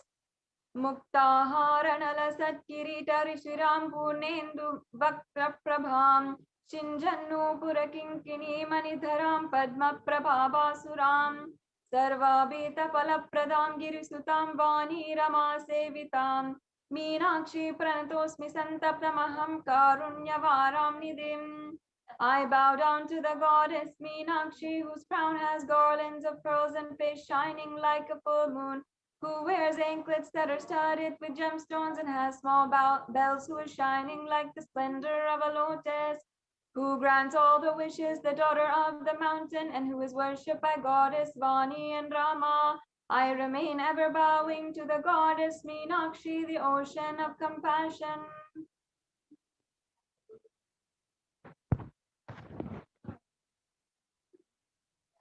You can offer this Mukta Anguti offering, the offering of the pearl ring, and receive the blessings to be showered by her compassion and pure love in all your business endeavors.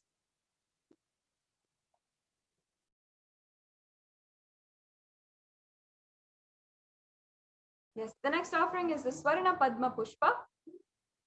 And in the Kamikagama verse, it is described that all the kalashas should be wound around with suitable thread and covered with new cloth. They should be adorned with a lotus flower made of gold.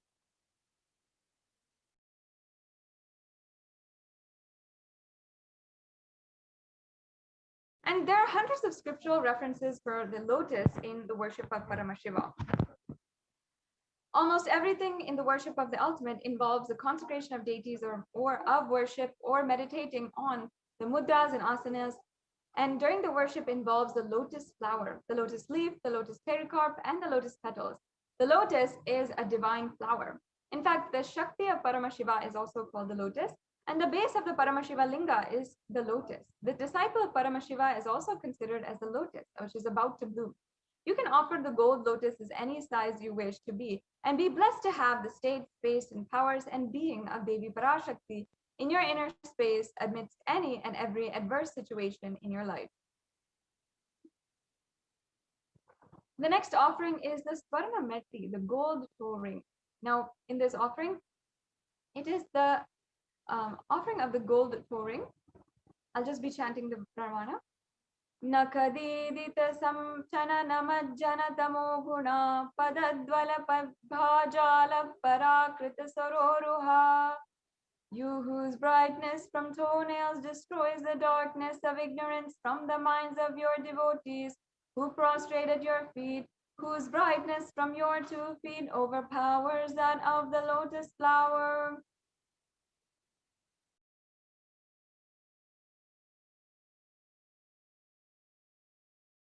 You can offer this gold toe ring to Devi, adorning her sacred feet, to be in constant gratitude for receiving her blessings, even in the most difficult aspects of our life.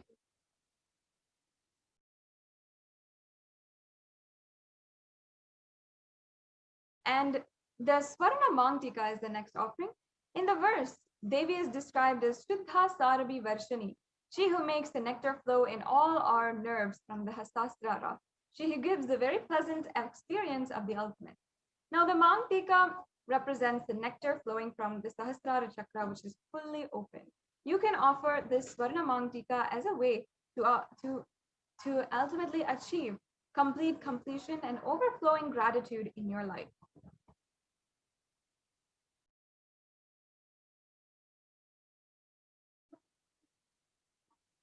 You can offer, yes, the next slide, please.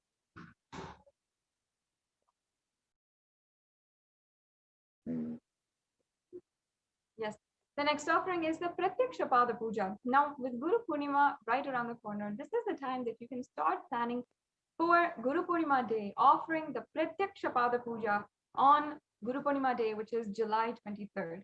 I'll just chant the Pramana for this offering. Nakadiditi samchana namajjanatamo guna padadvaya padvajala parakrita saroruha. The illumining splendor of Devi's toenails dispel the darkness of ignorance in devotees prostrating at her feet. Her feet defeat the lotus in blue beauty. Shlokam number 83 of the Saundarya Lahari, which states the nails that have been sharpened by constantly being touched by the crowns of celestial beings who always prostrate before Devi. Tamoguna is darkness, and this stotram, tamas, is indicative of ignorance in the minds of devotees, and constantly prostrating before Devi, their ignorance is removed and they attain knowledge. Offering the Pratyaksha Pada Puja blesses the Yajaman with all the auspiciousness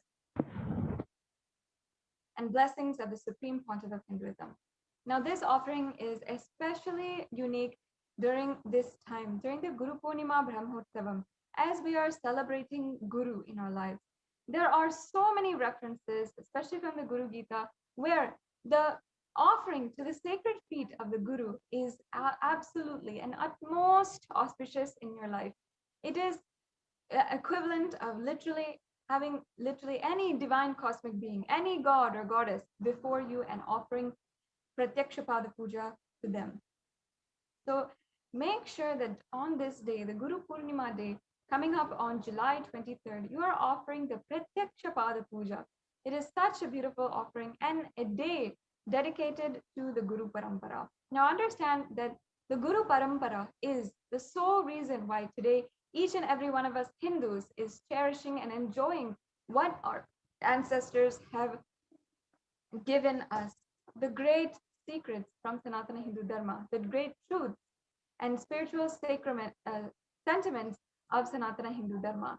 We can remember, recall, and ultimately enjoy each and every one of the sacred sentiments through the Guru Parampara, as they only have protected and passed it down to us today.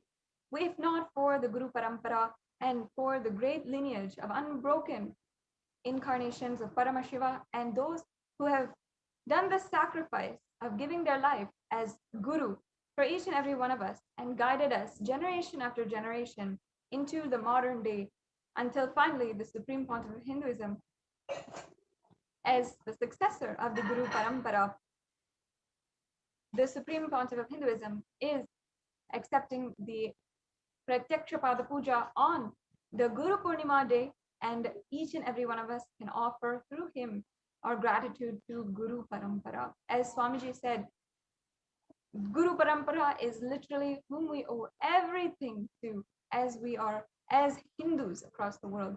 So if you're a Hindu and you understand the significance, make sure that you are making time to make this offering the Pratyakshapada Puja on Guru Purnima. So here we have a summary of all of the offerings, the Ikundi offerings, the Sankalpa chanting, the Devi Sahasranama Kasu, the Mukta Anguti, the Swarna Padma Pushpa, the Swarna Metti, the Swarna Mangtika, the Pratyakshapada Puja, and the Vastra Seva. So all of these are the different offerings that you can make today. And the next slide, please.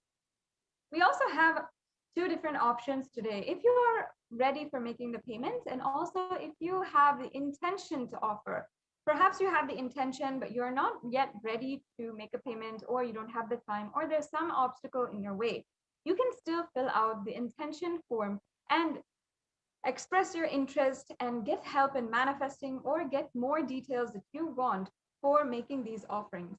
It is a very unique part of every person's personal relationship and personal bhakti towards the Guru, and devotion towards their Ishta Devata, their cosmic being, their favorite divine God or divine cosmic being. So it is such a beautiful process that no one should be denied. No one should be told in any way that they cannot do it, or think that they cannot do it. So understand that you can start manifesting whatever seva that you want to manifest today, and you can start manifesting and start making the intention. From that intention, you'll see it will become a beautiful offering that will give you all the fruition in your life that you want. Now, if you're ready to make the online payment, you can go to tiny.cc/Devi offering, and make sure that you are filling out the form afterward, the tiny.cc/Sankalpa 2021 form. This form will take in your names and all the names of your family members, as well as the different gotra and nakshatra. If you don't know these, it's okay. You can just submit your name and your family members' names and whatever you know a part of this information. And all of this will be chanted during the puja. So we will, from this, understand and be able to chant your name and your family's names during the sankalpa of the puja. And then all of the blessings will be sure to be bestowed on you for this offering. So once again, if you would like to make these offerings today, you can go immediately to tiny.cc/Devi offering. Now I request if we can show that link, if the NTV operator can go to the tiny.cc/Devi offerings link.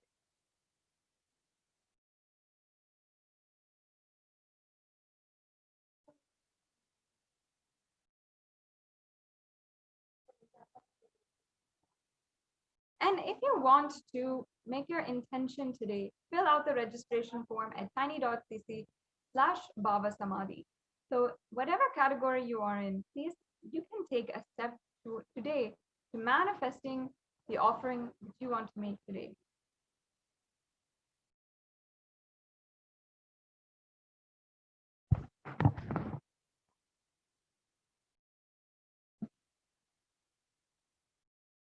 So if we can just take a minute, and I request if the NTV volunteer can go to the link tiny.cc/Devi offering.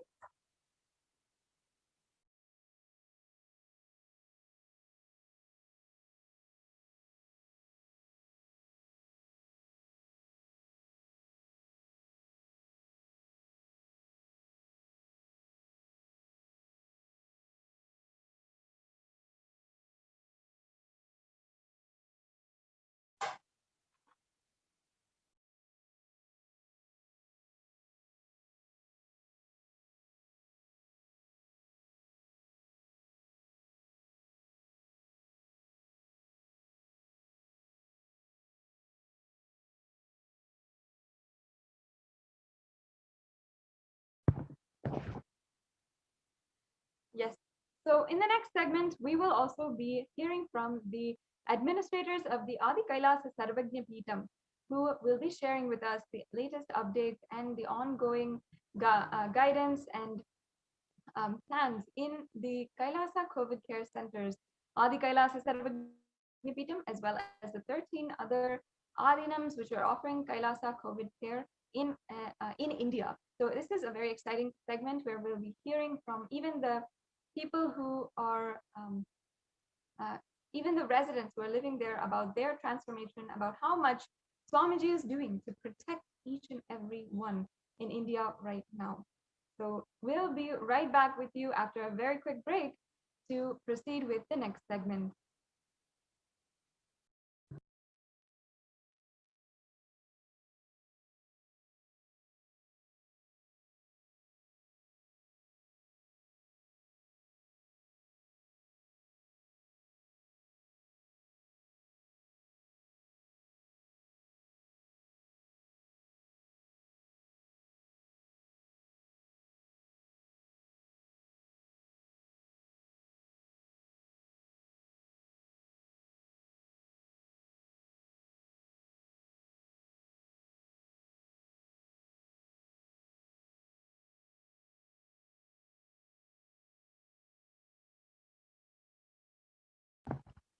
And also, if you are interested in making these offerings today, the links are being projected right now.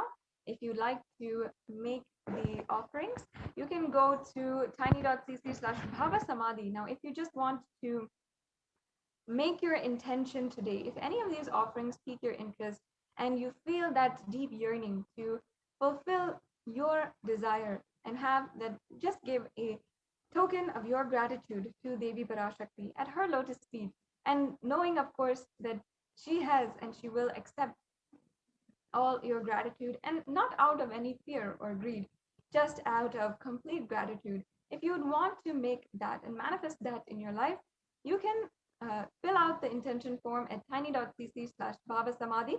And if you're ready to make a payment for any of the offerings today or for the special Guru Purnima Day Pratyaksha Pada Puja, make sure to go to tiny.cc/Devi offerings, and that will take you to the payment link. And in the payment link, you'll be able to see all of the different options. You'll select the option that you want, proceed to checkout, and make the payment that you for the offerings. After you make the payment, make sure that you are signing up and filling out the Sankalpa 2021 form. That's a very important form that we should be filling out after the payment, so that where we can name all the people on whose behalf we are offering the puja, and all the blessings will be bestowed upon them. So go ahead and take a few minutes right now to make your intention, or if you want to make the register now for these offerings. We'll be 3 years. Don't die within next 3 years.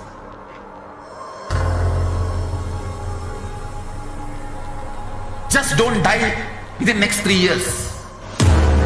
Be alive. Somehow be alive. I'm working sincerely. I will reach you somehow. Somehow I will reach you. It's my commitment to humanity.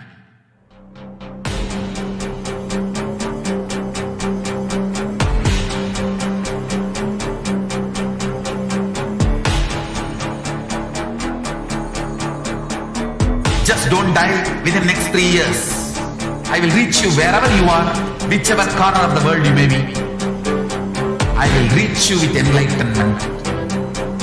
You manifesting the space, state, powers, being, Paramashya.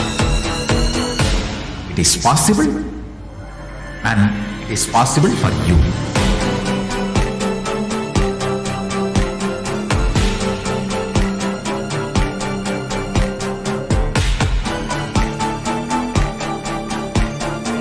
Paramashiva will reach you with enlightenment science. I know he is going to do the job. Just be alive for next 3 years. Nothing else.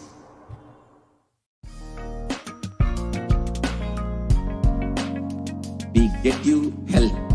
We get you ability to build beautiful relationships in your life. We get you direct spiritual support, and we make sure you become wealthy.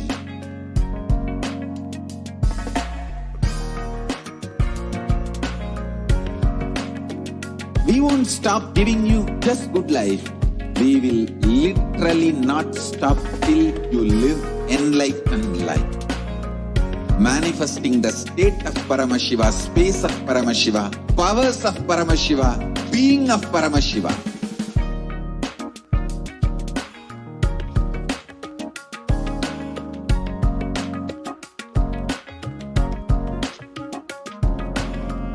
Whole world should become e-Kailashians. I want the whole world to know Hindus have something great to contribute to the world.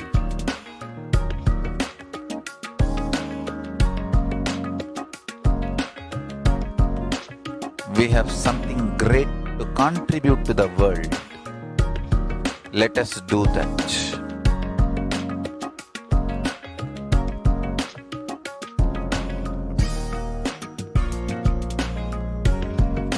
E-Kailasa is proper customized spiritual service helping you to identify your root patterns of suffering.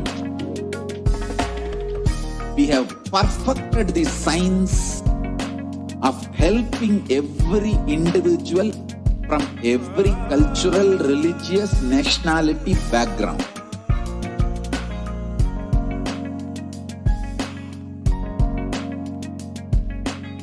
You will have lowest reactionary assumptions, highest awakened response, alive response for life continuously.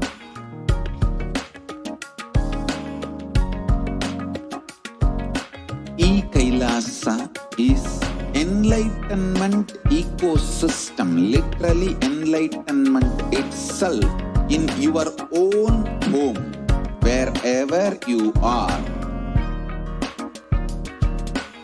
Proper customized spiritual service helping you to complete with your life negativity, withdrawal from life, self-hatred, self-denial, self-doubt, so much of tiredness, laziness. We can support you aligning your diet, your attitude, your aptitude, your understanding about life. We can help you with everything.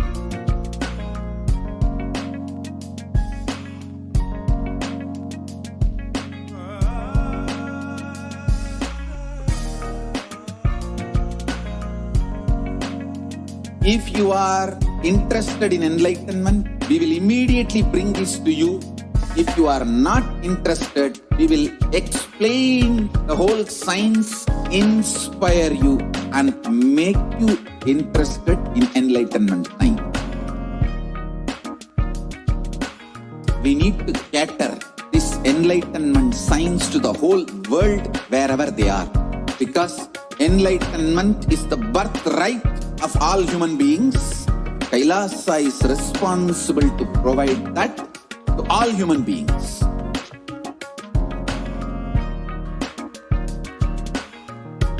Kailasa is the totality of the knowledge I received from my gurus and practice manifested in my life, perfected by teaching millions of people from all cultures, time zones, backgrounds, genders, nationality, race, from every creed.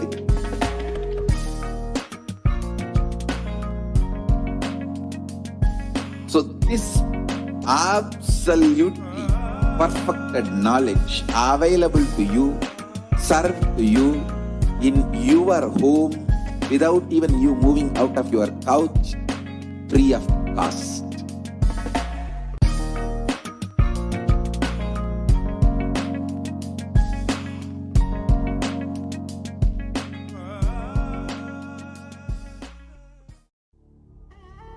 What I mean by the word e-Kailasa, listen intensely. Enlightenment ecosystem, literally enlightenment itself, in your own home, wherever you are. If you cannot come to Kailasa, it's okay. Kailasa can come to you. Kailasa coming to you is E-Kailasa.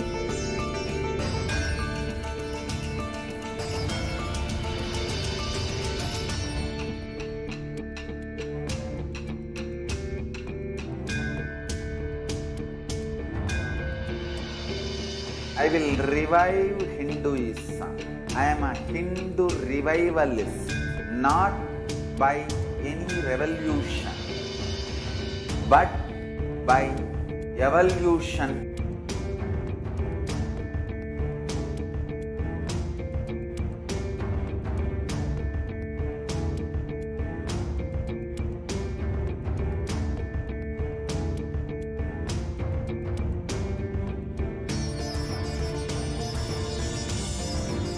And setting model communities.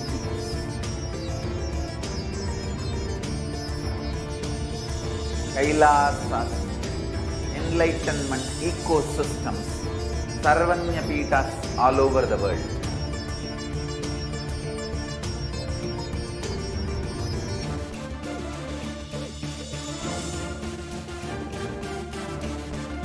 All powerful cognition, knowledge, only when you live, power manifestation and possibilities manifestation happens. This is a fundamental truth.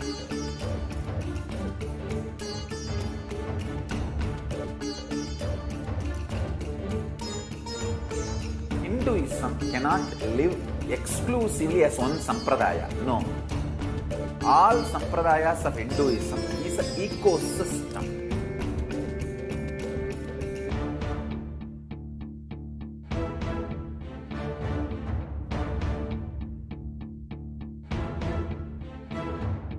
So don't keep quiet thinking that if one sampradaya is attacked, only that sampradaya is going to be affected. All of us are ecosystems.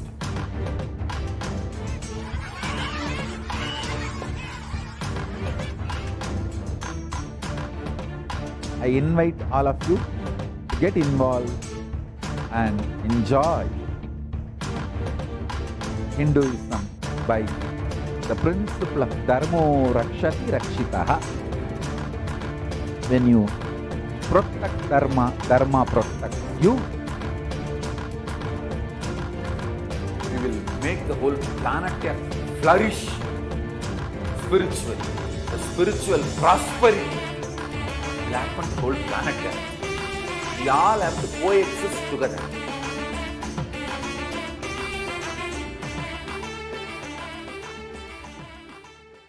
There are some great spiritual sciences unique to Hinduism.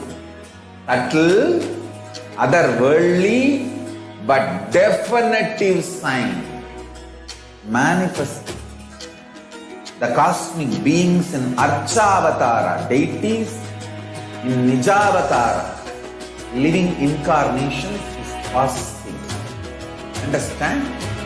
Kriya Pada of Vedas and Agamas elaborately explain the whole science of making the cosmic beings manifest in Archavatara, deities and Nijavatara, living incarnations, both.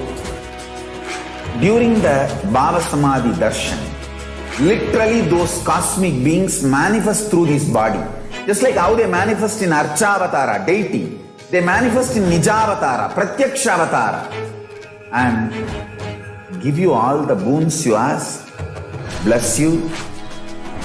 You see, each God is an independent intelligence to lead you to enlightenment.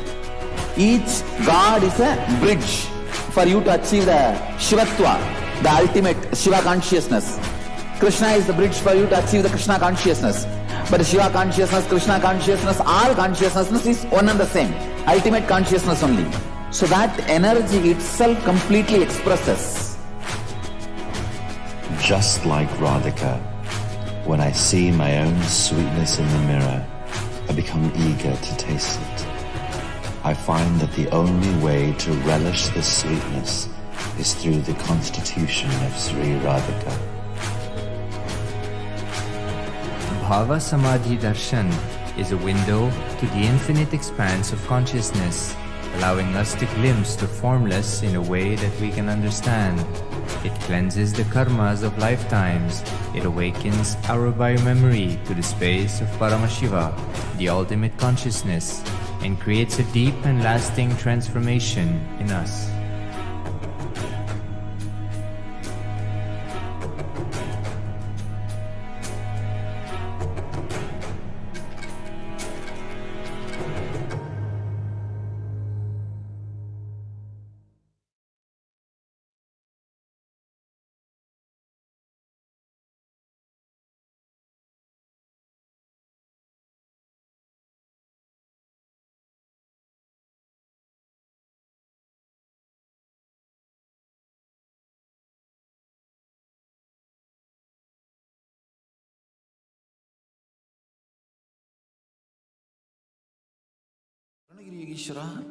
My Guru, gave me an instruction and then he asked, will you do it? I was shocked. I immediately folded my hands and said, you are God, you are Shiva. How can I not do what you say? He laughed and said, no, only if you know I am the Guru who is going to make you experience God, you need to listen to me. Understand? The most powerful cognition is God is Guru to make you realize you are God. Only then you will achieve enlightenment. Guru is the manifest form of Paramashiva. Paramashiva is unmanifest source of Guru.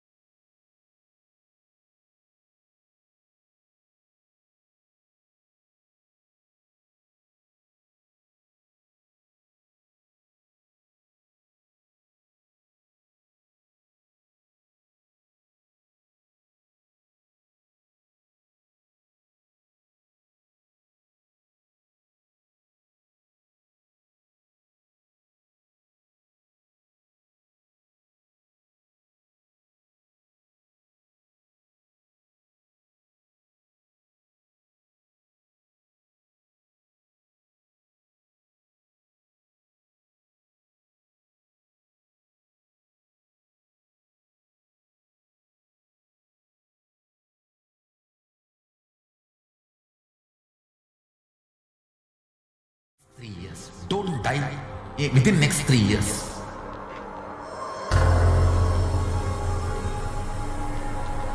Just don't die within next 3 years.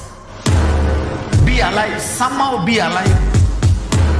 I'm working sincerely. I will reach you somehow. somehow I will reach you.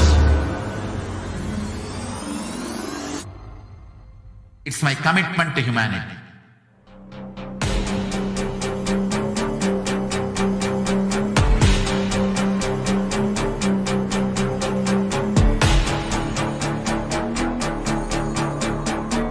Just don't die within the next 3 years. I will reach you wherever you are, whichever corner of the world you may be. I will reach you with enlightenment. You manifesting the space, state, powers, being, Paramashakti. It is possible, and it is possible for you.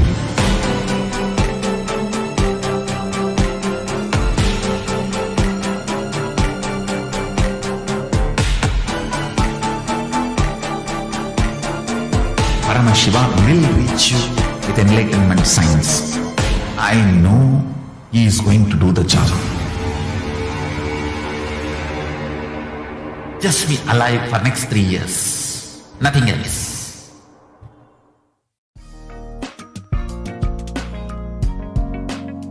We get you health. We get you ability to build beautiful relationships in your life. We get you direct spiritual support, and we make sure you become wealthy.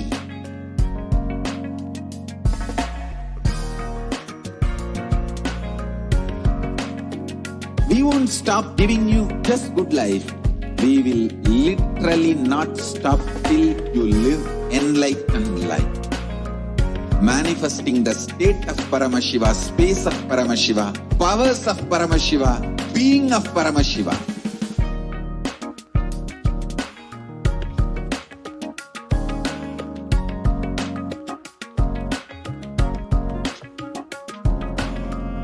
Whole world should become e-Kailashians. I want the whole world to know Hindus have something great to contribute to the world.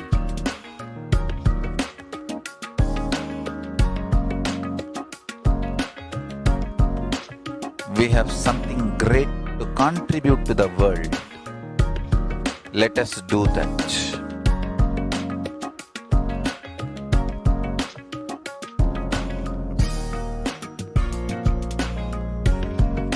E-Kailasa is proper customized spiritual service helping you to identify your root patterns of suffering.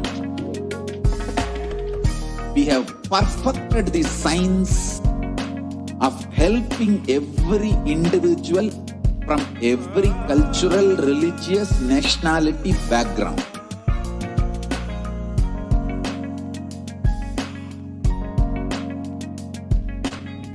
You will have lowest reactionary assumptions, highest awakened response, alive response for life continuously.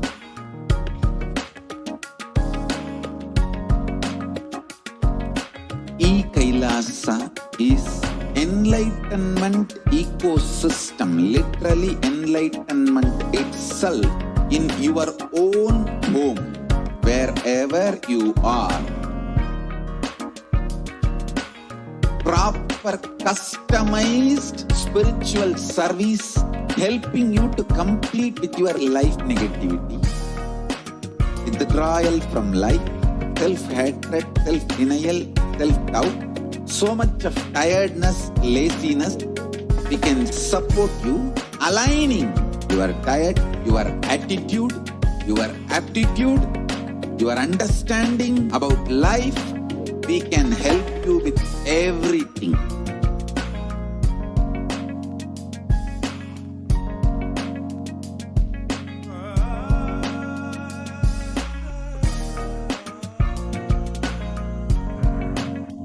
If you are interested in enlightenment, we will immediately bring this to you.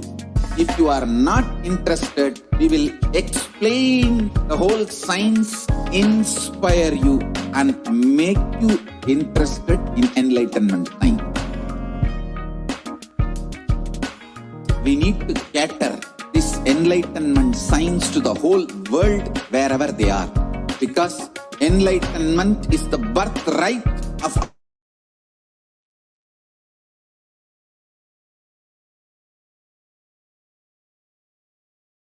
to all human beings.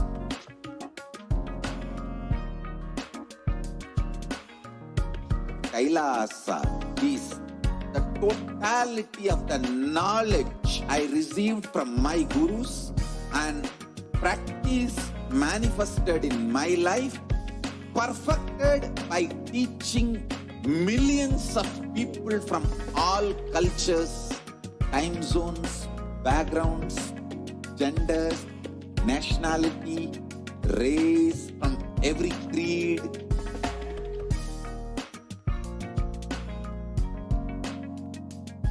So this absolutely perfected knowledge available to you, served to you in your home without even you moving out of your couch, free of cost.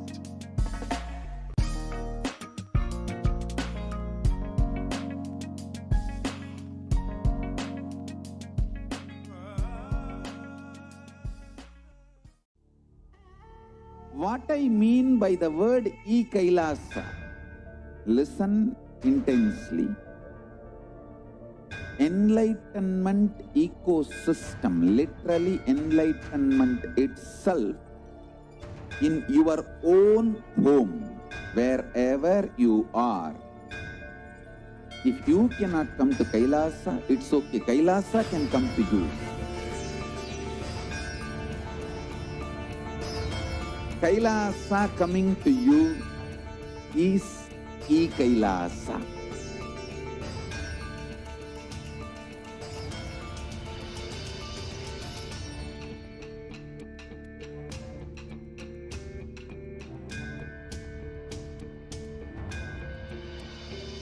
I will revive Hinduism. I am a Hindu revivalist, not by any revolution, but by evolution.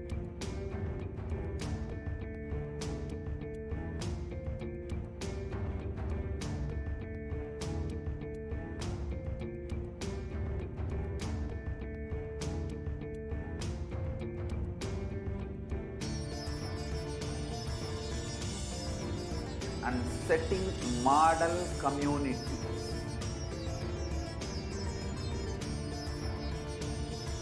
Kailasas, enlightenment ecosystems, Sarvanya Pitas all over the world.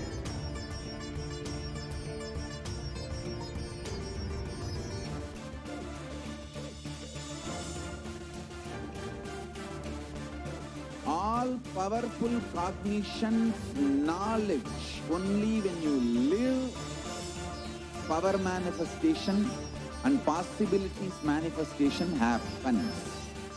It's a fundamental truth.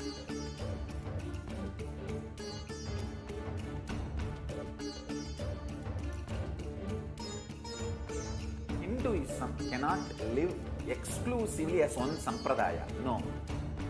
All sampradayas of Hinduism is an ecosystem.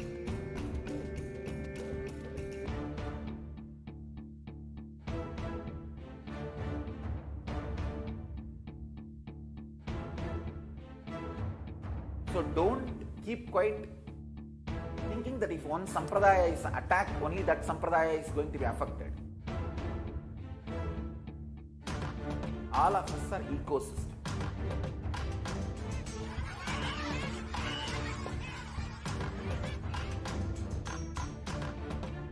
I invite all of you to get involved and enjoy Hinduism by the principle of Dharmo Rakshati Rakshitaha. When you protect Dharma, Dharma protects you.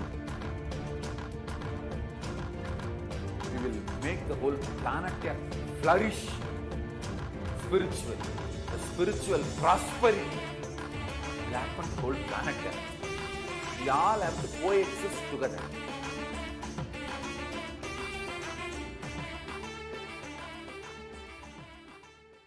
there are some great spiritual sciences unique to Hinduism. Subtle, otherworldly, but definitive sign. Manifesting the cosmic beings in Archavatara, deities in Nijavatara, living incarnations is possible. Understand? Kriya Pada of Vedas and Agamas elaborately explain the whole science of making the cosmic beings manifest in Archavatara, deities and Nijavatara, living incarnations, both. During the Bhava Samadhi Darshan, literally those cosmic beings manifest through this body. Just like how they manifest in Archavatara, deity, they manifest in Nijavatara, Pratyakshavatara, and give you all the boons you ask, bless you. You see, each God is an independent intelligence to lead you to enlightenment. Each God is a bridge for you to achieve the Shivatva, the ultimate Shiva consciousness. Krishna is the bridge for you to achieve the Krishna consciousness. But Shiva consciousness, Krishna consciousness, all consciousness is one and the same. Ultimate consciousness only. So that energy itself completely expresses. Just like Radhika, when I see my own sweetness in the mirror, I become eager to taste it. I find that the only way to relish this sweetness is through the constitution of Sri Radhika. Bhava Samadhi Darshan is a window to the infinite expanse of consciousness, allowing us to glimpse the formless in a way that we can understand. It cleanses the karmas of lifetimes. It awakens our biomemory to the space of Paramashiva, the ultimate consciousness, and creates a deep and lasting transformation in us.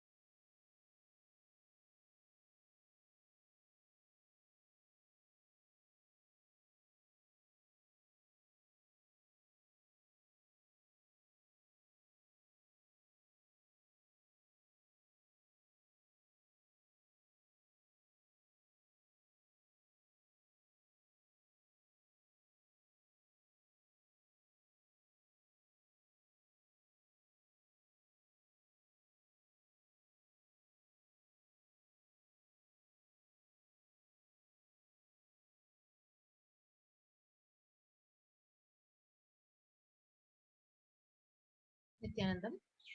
Yes, welcome back. We'll be moving on to the next segment of this program.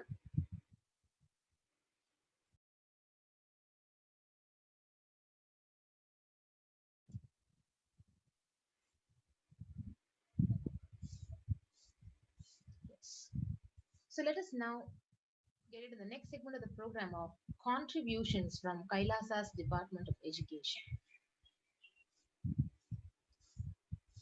Yes. So if you see the world today,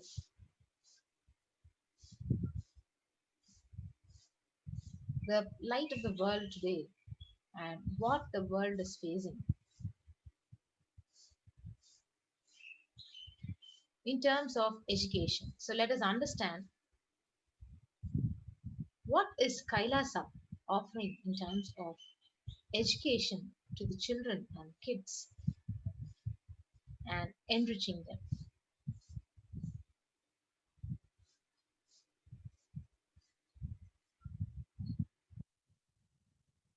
So we would like to present statistics of how the world is now facing a huge deploy in the education, where the Human Rights Watch reported that more than 1.5 billion students are out of school already. More than 91% of the world's students are out of school due to school closure in at least 188 countries. 36.5% of the US college students pointed to stress as the biggest reason why their academic performance suffered negatively for the past 12 months. In addition, 29.5% listed anxiety as a factor. For American middle schoolers, 61% of the teens admitted feeling a lot of pressure to get good grades. And approximately 1.277 billion learners are currently affected due to the school closures in response to the pandemic. And according to the UNICEF monitoring, 46 countries are currently implementing nationwide closures and 27 are implementing local closures, impacted about 72.9% of the world's student population. So in a survey by the mental health charity Young Minds, which included 2,111 participants up to the age of 25 years with a mental illness history in the UK, 83% said the pandemic had made their conditions literally worse. And 26% said they were unable to access the mental health support. Peer support groups and face-to-face mental services have been cancelled, and support by phone or online can be challenging for some young people. The COVID-19 pandemic has disrupted or halted the critical mental health services in 93% of the countries worldwide, while the demand for mental health is increasing according to a new WHO survey. Recently, a study also found that 18% of the individuals, including people with and without a past psychiatric diagnosis, who received a COVID-19 diagnosis were later diagnosed with a mental health disorder such as anxiety or mood disorders. And if you see the various surveys, they also found that substance use and suicidal ideation are particularly pronounced for young adults, with 25% reporting they started or increased substance use during the pandemic and 26% reporting serious thoughts of suicide when compared to 11% of the adults. So these are the worst facts and statistics of the world, what the world is going through today. So every year, over 1.2 million students drop out of high school in the United States alone, and that is a student every 20 seconds or 7,000 a day. So about 25% of high school freshmen fail to graduate from high school on time. So this is the status of the school education right now during the pandemic time. So you can join. I remind you again and again. So Kailasa is extending its hands, extending its support for each one of you to protect yourself in the terms of multi-layer quarantine and joining the COVID care protection centers. You can register through the link kailasa.org/Kailasa care. So what is Kailasa education offering to us in terms of through the Nityananda Gurukul? So the whole Gurukul, the real Hindu Gurukul, The Hindu university atmosphere I had in Tiruvannamalai in 1970s is what I'm trying to reproduce all over the world through Nityananda Gurukul and online e-Gurukul. So this is what Bhagavan has said. So Gurukul is a place where celebration begins with right words in the blossoming minds, creating a gateway of possibilities, creating an enlightened civilization with yogic body and Vedic mind. So the Nityananda Gurukul, the schools established by the beautiful revival of the Hindu civilization with the Supreme Pontiff of Hinduism. So here the students live their highest potential and manifest various spiritual powers, and the Gurukul functions according to the Supreme Pontiff of Hinduism. Its vision that education is for life, but life itself is not for education. So the Gurukul brings to the world the right kind of education that empowers you.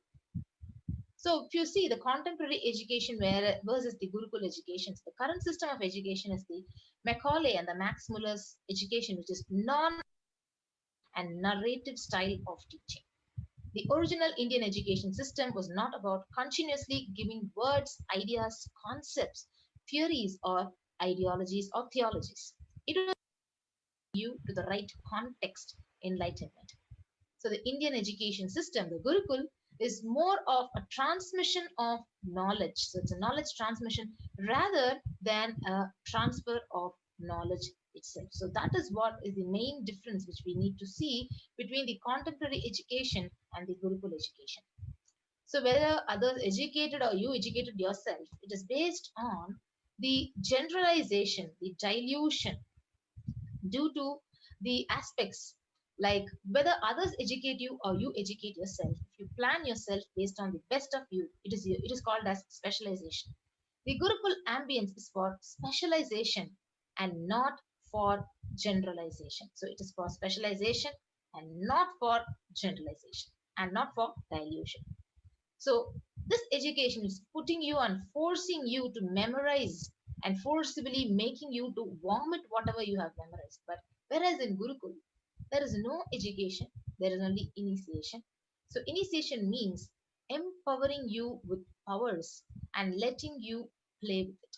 So letting you manifest, specialize, letting you manifest your specializations and letting you grow and continuously grow. So the purpose of education is like manifesting whatever is good, beautiful, and making you as a good, beautiful, contributing citizen of the planet Earth and for humanity. So in Vedic tradition, examinations are not done by the question and answer method. That is Macaulay's method, clerk making. In Vedic tradition, all the examinations are conducted by the thought current you carry. So the person will be made to speak in the presence of the Pandits who have mastered that thought current. So they will see whether he can spontaneously express that thought current. If the student is able to express the thought current cohesively, then he has literally mastered that science. That is what is the applied science of Abhayam Sarva Bhutebhyo.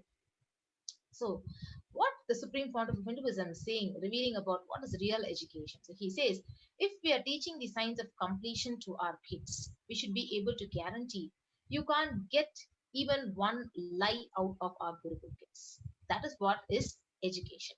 So education is making you master a thought current, which becomes their lifestyle, which becomes the cognition style, which becomes their very being. So for hours, you cannot speak on a subject unless it has become your very thought current, the way you literally cognize. So the change of thought current, transformation of thought current is the literal success of education. So each Upanishads, it adds a thought current to you. So transformation of this thought current is success. So our Gurukuls are not teaching that education centric. So Gurukuls are actually literally education centric. So students can develop, they can invent something which this guru does not know. So that is why it is not teacher centric. So he has a freedom. So please understand, only the basic formulas are taught. So basic tools to awaken the knowledge is literally taught. Then the student is left free to explore on his own. So Gurukuls and not with a set of rules or frame. They only supported people to explore the highest possible creativity.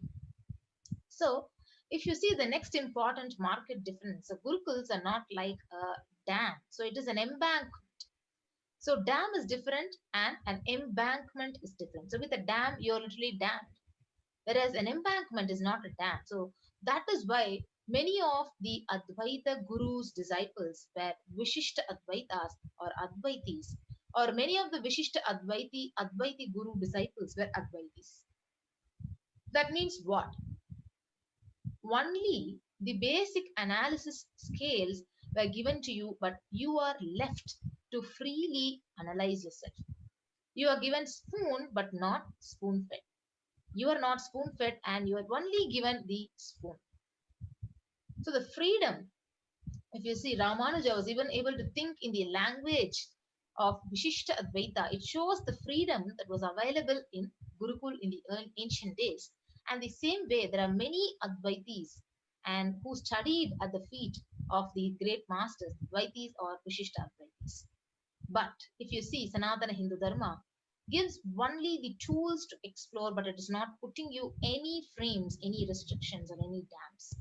If you read the Shanti mantra is Om Sahana Bhavatu, Sahana Bhavatu.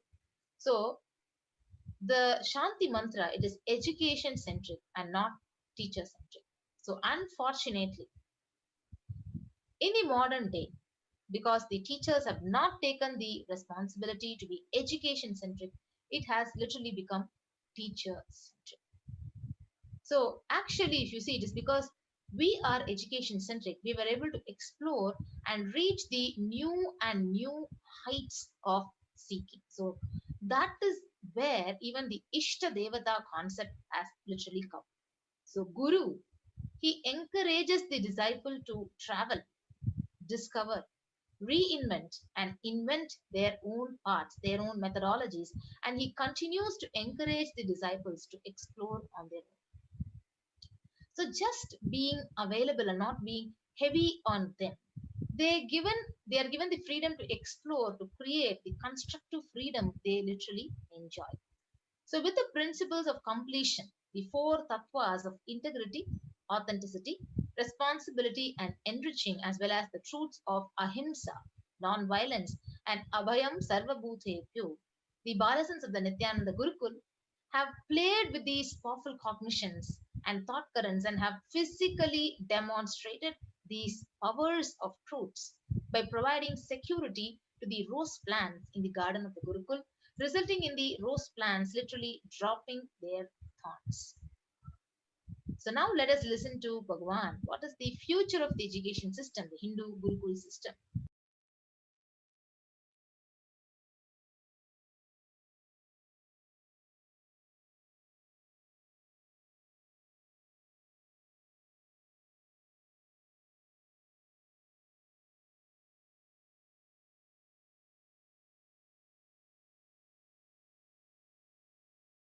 Now it is time. As per the astrology, no theory can rule any human society which is imposed on that society more than 60 years. Now 60 years is over for the non-involvement narrative education system. I am telling you, future is Gurukul system. The future of education is where the teachers and students live together in one place. If needed, let the parents also stay there. But because basically kids do what you do, they won't do what you say. Understand? They do what you do. They won't do what you say. Whatever you do, simply they will do. They will never do what you say. Most of the time, they don't care for what you say. The future of the Indian education system, I can say, the future of any intelligent education system will be Gurukul system. I am not talking out of pride or arrogance. I am talking seeing the future. I am telling you, this revival in the education system through our Gurukul system.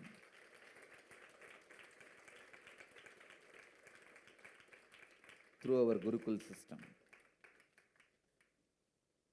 It is going to be the Gurukuls. In Indian education system, complete involvement is required from the side of the teacher and the student.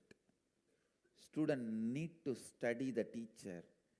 Teacher need to study the student. Understand? After thoroughly studying the student, teacher identifies the right subject in which the student will be successful. Few things are basic for everyone, like science of completion and enlightenment. Other than the science of enlightenment, all other things, master selects the subject in which the student will be successful. And then student is trained specifically in those fields with the knowledge of enlightenment, with the science of enlightenment, with the truth of enlightenment as the context. Even if you learn the archery, enlightenment is the context. If you study administration, enlightenment is the context. If you learn about business, enlightenment is the context. If you learn plumbing, building houses, sculpting, enlightenment is the context. Indian education system is more of a transmission of the knowledge, not transfer of knowledge. It is not just information based.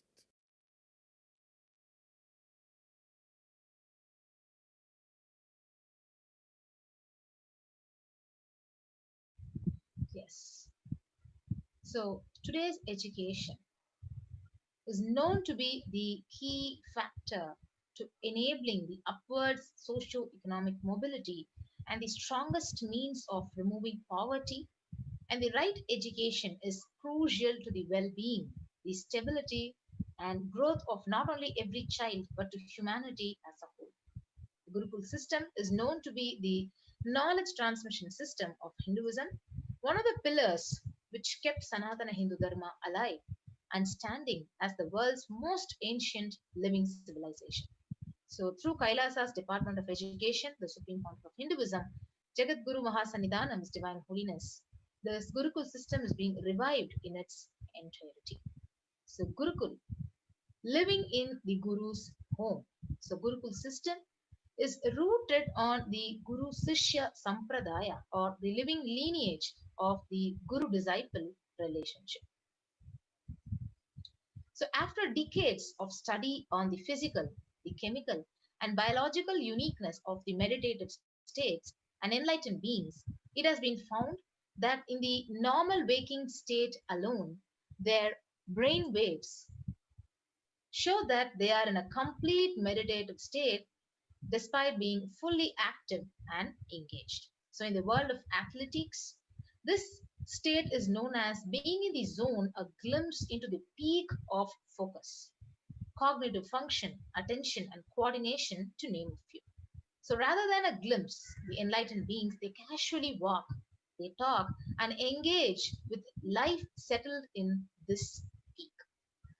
So recent studies have also found that we imbibe the body language, behaviors, and patterns of those in our environment, not just on the behavioral level, but to the depths of the neurological level. So this is also known as the mirror neuron effect, which we have already been seeing this sign. So in this way, there is no better teacher than the enlightened guru, who exists as the superconscious, biological, and reproducible anomaly as per the modern science. So, however, through centuries of Mughal invasions, colonialism, and continued persecution against the Hinduism and Hindu tradition, the science of knowledge transmission has been diminishing at an unprecedented state. So, after careful study in the colonialism era, it was found that the Gurukul system was standing as the backbone and stability of the Hindu civilization. So, the Macaulay education system was imposed on India after this revelation. So you can see the 13,000 universities across Bharat and 200,000 Gurukuls were destroyed in Bengal and Bihar alone. And the systematic destruction of the Hindu universities and Gurukuls, it goes also more than 80% of Hindus' indigenous knowledge. And our English schools are flourishing wonderfully. The effect of this education on the Hindus is prodigious. And no Hindu who has received an English education ever continues to be sincerely attached to the Hindu religion. So the Hindu religion is so extravagantly absurd that it is impossible to teach a boy astronomy, geography, natural history without completely destroying the hold with that religion has on his mind.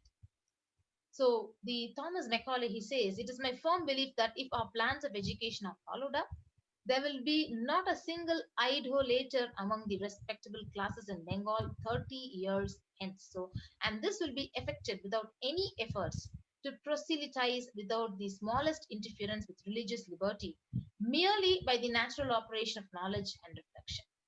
So this is how the destruction of the educational system started when the Macaulay's education system was introduced into the children. And now if you see, the Supreme Pontiff of Hinduism is beautifully reviving the Hindus, Gurukul and universities by actually, you can see a beautiful group of kids. So on the 2nd of October 2006, His Divine Holiness officially inaugurated the Nityananda Gurukul in the Adi Kailasa Sarvajna Peetham.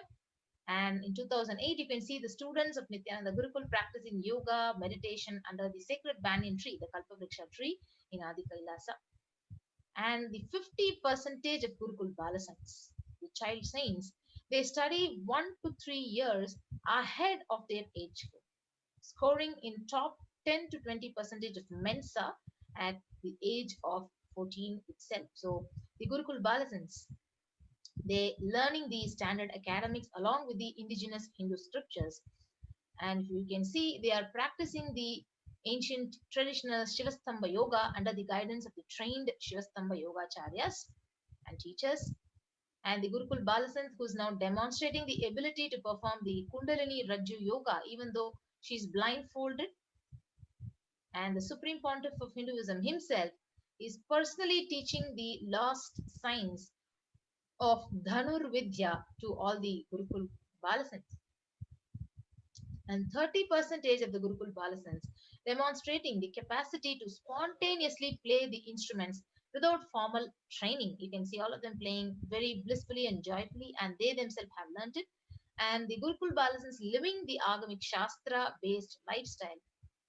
And the Balasants of the Nityananda Gurukul, they are demonstrating the ability to read blindfolded. And they are participating in the Vakyata Sadas. They're discussing the beautiful teachings of Hinduism. And the Balasants of Nityananda Gurukul addressing the Kailashian delegates.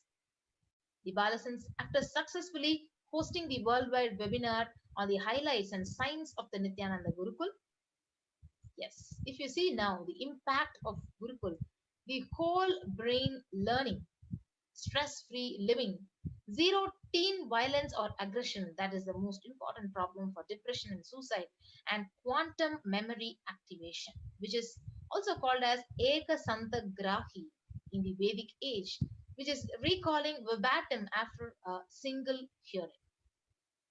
And the Kailasas Nityananda University, the world's largest Hindu university, which is established around the globe, and with 450 plus campuses in 150 more countries, and available to the public from 2003 onwards.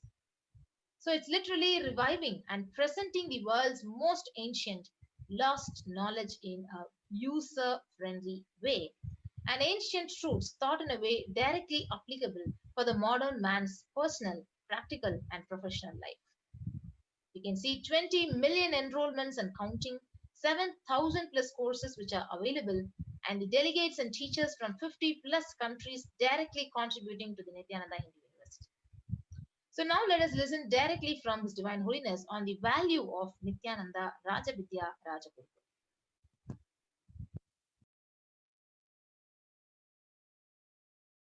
Long rituals are not useless or unnecessary as a modern brainwashed Hindu thinks. Long rituals are the most powerful method, science, kriya,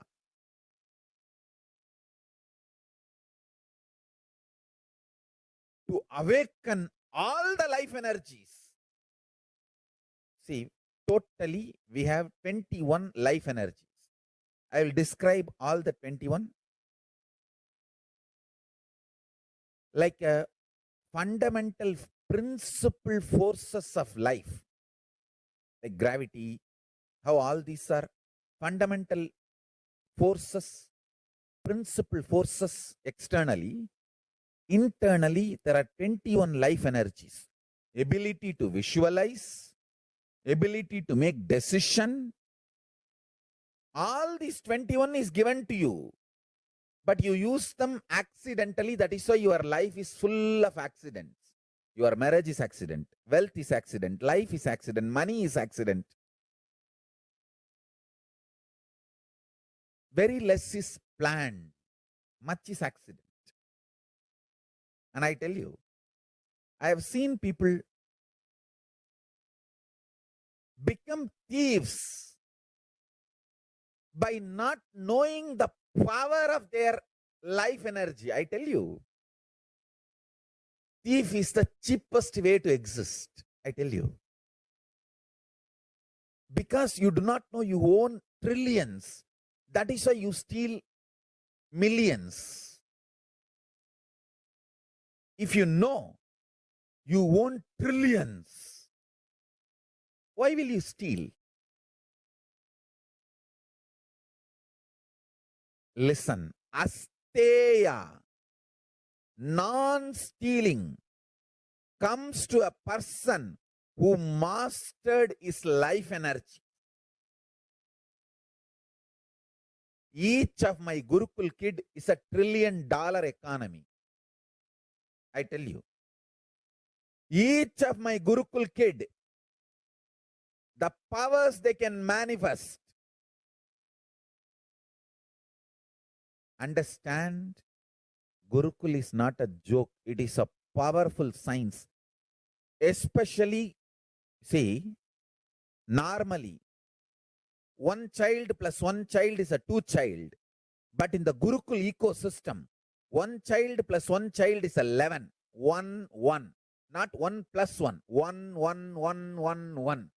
If there are 3 child, it is not 1 plus 1 plus 1, 3. No. It is 1, 1, 1. 111. The energy multiplication. Because the ecosystem, understand, that is why Gurukul has to be with the ecosystem. I have always seen, whenever I download a power on one child, when the group sits, I can share that power on the whole group.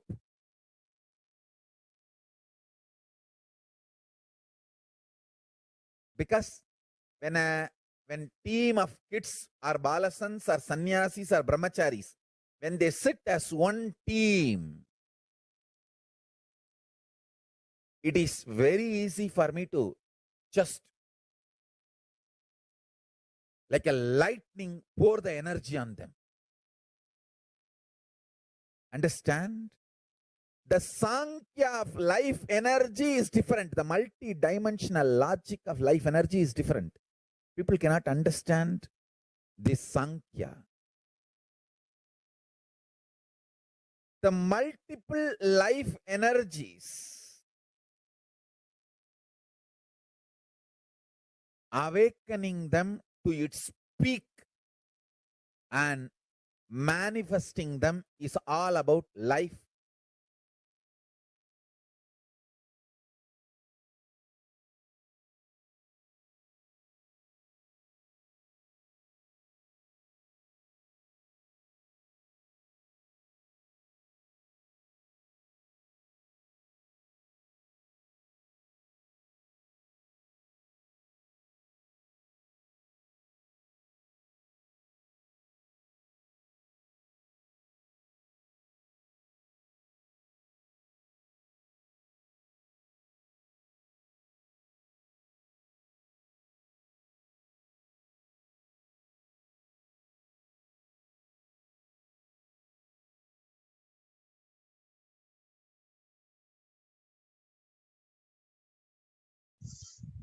So despite the relentless attacks against life, against character and image of the Supreme Pontiff of Hinduism, he goes on sincerely contributing everything he has for the world.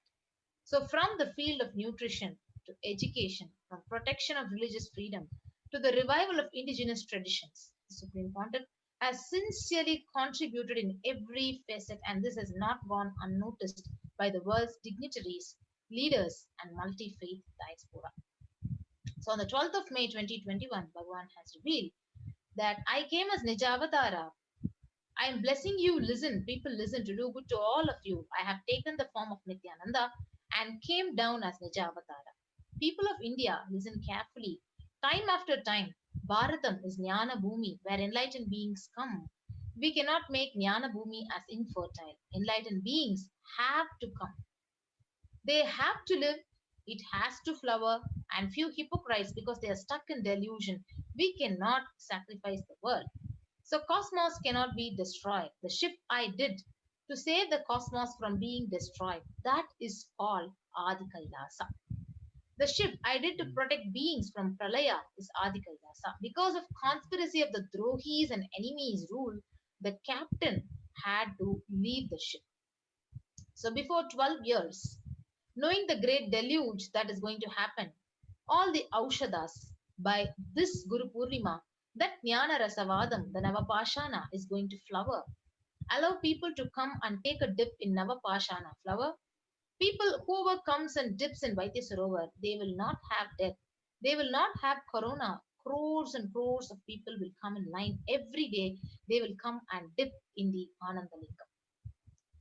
So listen well to my words. For India, I made the ship as protection, the Nityananda Navapashana Lingam in Vaidya Sarovar. Go to Adi Kailasa. Oh Indians, listen. All those regretting losing the Nityananda Nijavatara, without confusion and without talking, just as a lip service, just go to Adi Kailasa. And he has again revealed, scores of people will come there looking for health, Navapashana water feast and medicine to get health and protection and enlightenment. To protect India from the great destruction, I, PARASHAKTI, made this huge ship.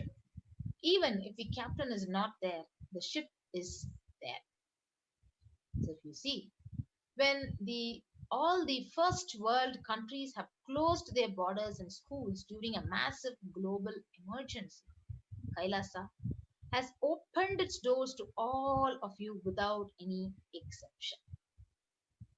So how beautifully the Supreme Pontiff of Hinduism extended and opened out the borders of Kailasa through the various free COVID care centers in India, the Adi Kailasa in Bididi, Bangalore, the Salem Adinam, the Tiruvannamalai Adinam, the Rajapalayam Adinam, the Puduvai Adinam, the Pattanam Adinam, the Siragapadi Adinam, the Sripuram Adinam, Madurai Adinam, Avattipalayam in Erode, the Hosur Adinam, and the Baroda Adinam in Gujarat. So multiple free COVID care centers are opened across India, and various social services are literally offered during this pandemic in Kailasa's de facto spiritual embassies across the India, and spiritual services are offered during pandemic in Kailasa's de facto spiritual embassies across India, and the cosmic revelations of the global pandemic by Devi PARASHAKTI herself. So in the various fields like in medical care with beautiful allopathy, Ayurveda and Siddha medicine, an infrastructure to accommodate thousands of people, an accommodation for multi-layered quarantine, emergency ambulance and ICU on wheels, personal protective medical equipment, food security management through food banks, and organic farming. So you can join any one of these COVID care protection centers and register through the link kailasa.org/kailasacare and have the beautiful opportunity of multi-layered quarantine and protect yourself and just be alive for the next 2 years. So Kailasa's Department of Education is actually academic as well as spiritual educational services physically for all the kids residing in the Adi Kailasa Sarvajna Peetham and virtually for a number of kids through the e-Gurukul program. So with more than 1 billion kids not having access to education in the midst of this global pandemic, Kailasa has taken both the spiritual and the academic responsibility to enrich and provide these services to these kids.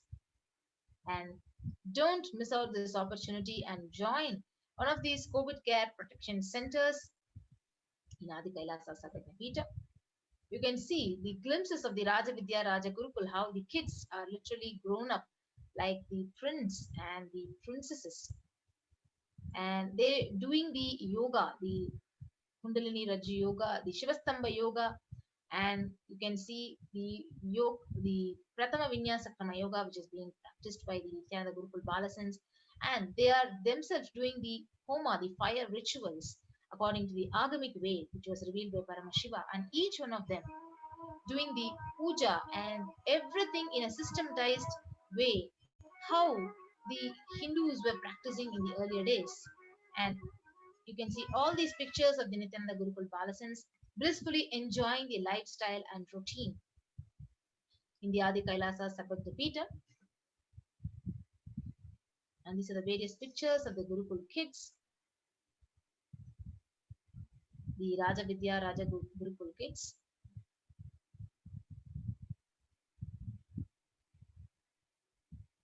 Yes, so if you also want to be a part of this huge mission of the revival of Hindu tradition and protect yourself during this impending pandemic, you can also join one of our COVID care protection centers and sign up in the link kailasa.org/kailasacare. Yes. So you can take a few minutes to sign up in this link to join us through this COVID care protection centers.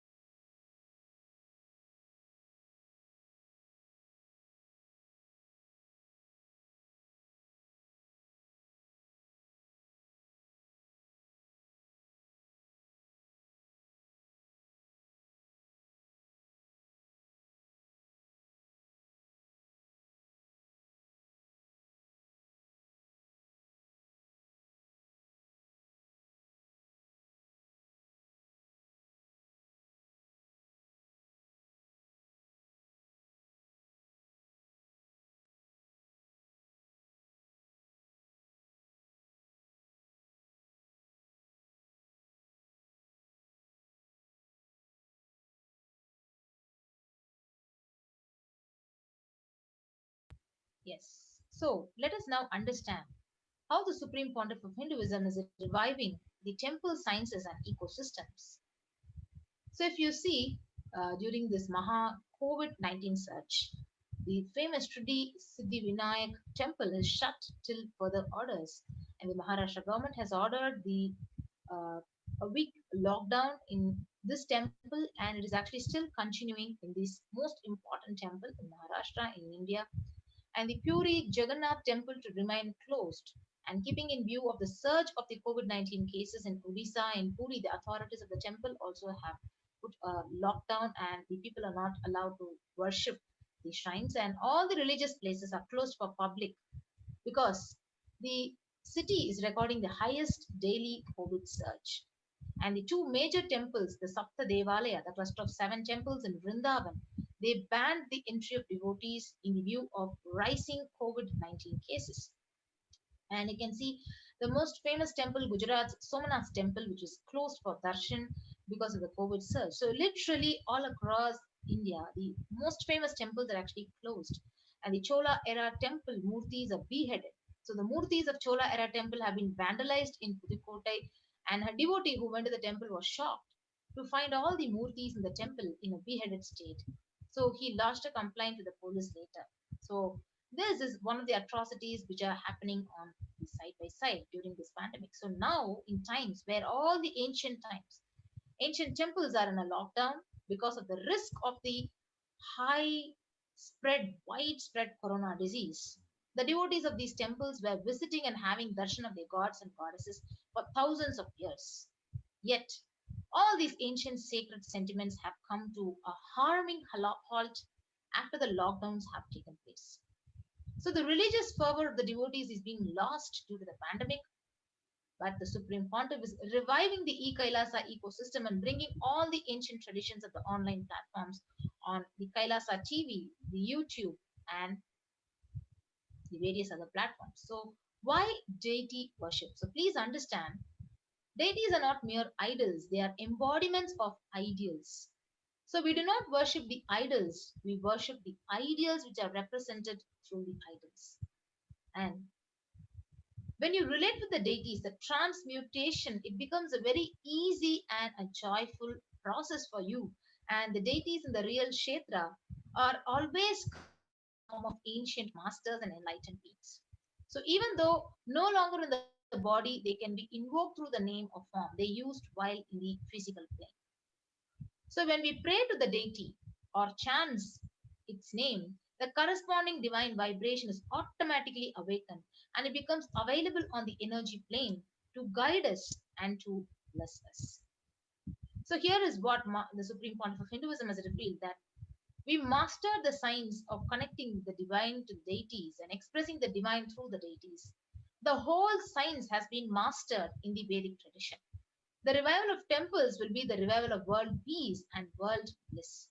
The revival of temple culture, the deity worship where people are made to look in, that is where the revival of Sanatana Dharma, the Advaita Satya, is going to happen. So Shiva, he saved Markandeya, and that is why he became an independent deity, the Kala Kala. And same way he danced in ecstasy, and that action became Nataraja. And Vishnu's every action of showering blessings to the world has become Lakshmi. And Brahma's every action of constantly sharing the wisdom, it becomes Saraswati. So each of these become independent energies and intelligences. So when you connect with these independent intelligence, those deities, whatever you want, it happens immediately. So whatever result you want, worship with rites those divine energies who are personification of those specific actions. So join one of these COVID care protection centers. Again, we remind you, and you can register through kailasa.org/kailasacare. So how Kailasa is reviving the temple ecosystem? So Kailasa is a place where everything related to superconsciousness is revived. And all the sampradayas, all the spiritual ecosystems created for enlightenment will be revived and established in such a way it never gets lost again, and there forever serving the humanity. Let us now listen to Bhagavan. How is Kailasa reviving the Hinduism's temple ecosystems?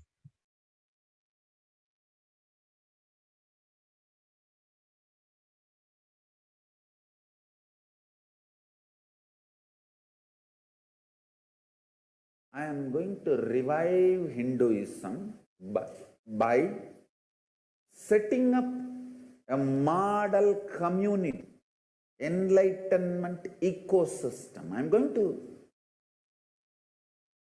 create absolutely from the scratch newly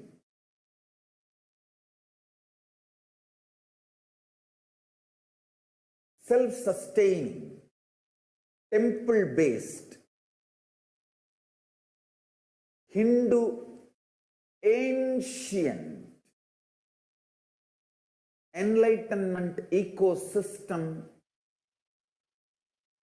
and civilization based on that. Understand? Kailasa is reviving the ancient Hindu enlightened civilization.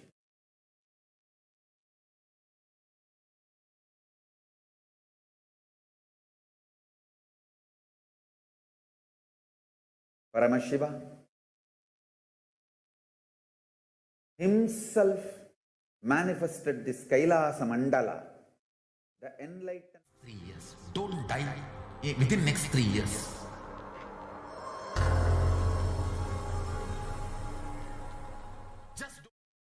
I am going to revive this whole enlightenment ecosystem, Kailasa, by creating a model Kailasas all over the world.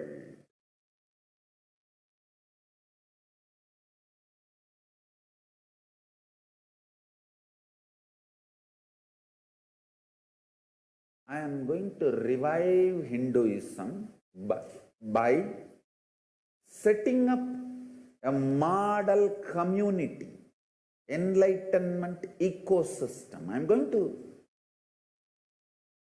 create absolutely from the scratch newly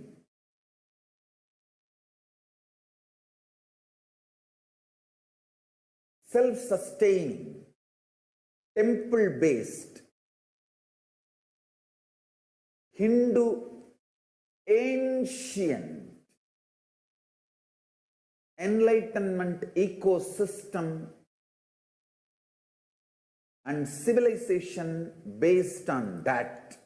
Understand? Kailasa is reviving the ancient Hindu enlightened civilization.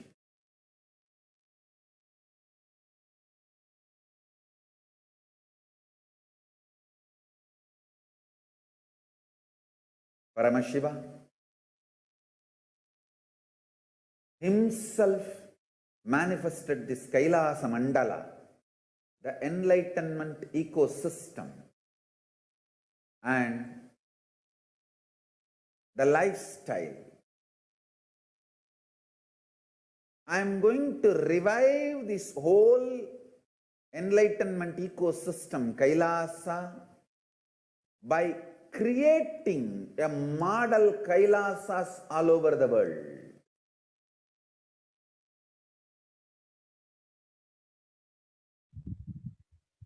Yes. So with that, we come to the conclusion of this segment of this program, and we'll be going on to the next segment. So thank you everyone. So you can again join us in the COVID care centers and have the opportunity of multi-layered quarantine and protect yourself. So thank you everyone. Nityananda.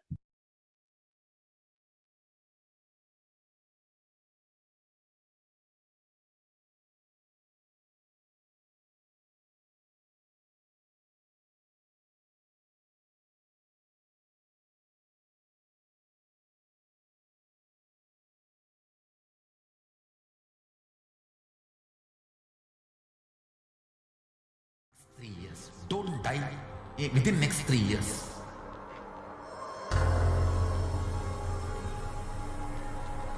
Just don't die within next 3 years. Be alive, somehow be alive. I'm working sincerely.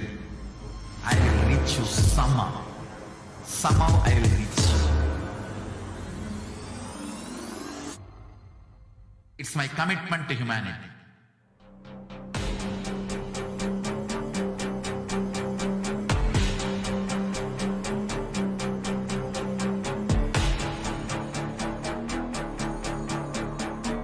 Just don't die within the next 3 years. I will reach you wherever you are, whichever corner of the world you may be. I will reach you with enlightenment. You manifesting the space, state, powers, being, Paramashakti. It is possible, and it is possible for you.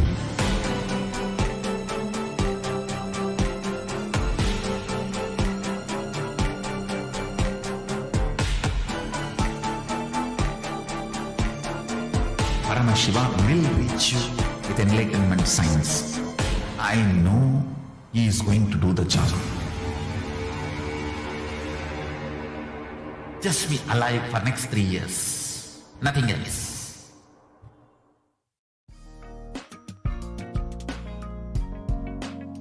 We get you health. We get you ability to build beautiful relationships in your life. We get you direct spiritual support, and we make sure you become wealthy.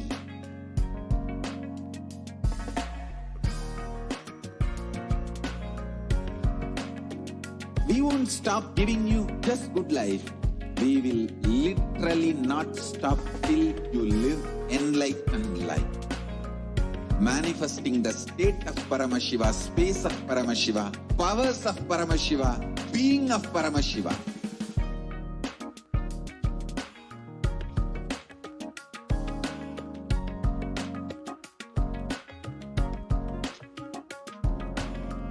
Whole world should become e-Kailashians. I want the whole world to know Hindus have something great to contribute to the world.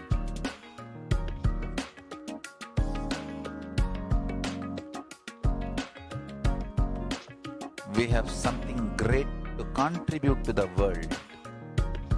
Let us do that.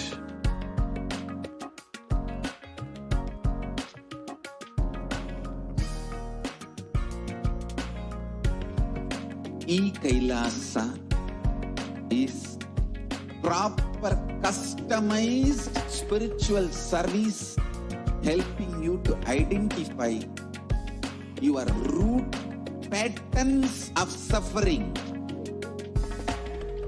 We have perfected the science of helping every individual from every cultural, religious, nationality background.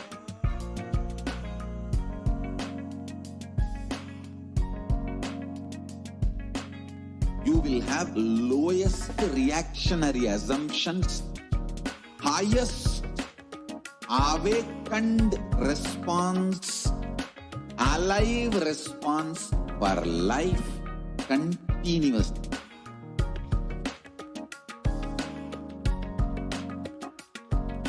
E-Kailasa is enlightenment ecosystem, literally enlightenment itself in your own home, wherever you are. Proper customized spiritual service helping you to complete with your life negativity, withdrawal from life, self-hatred, self-denial, self-doubt, so much of tiredness, laziness.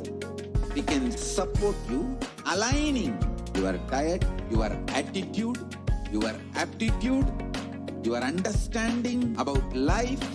We can help you with everything.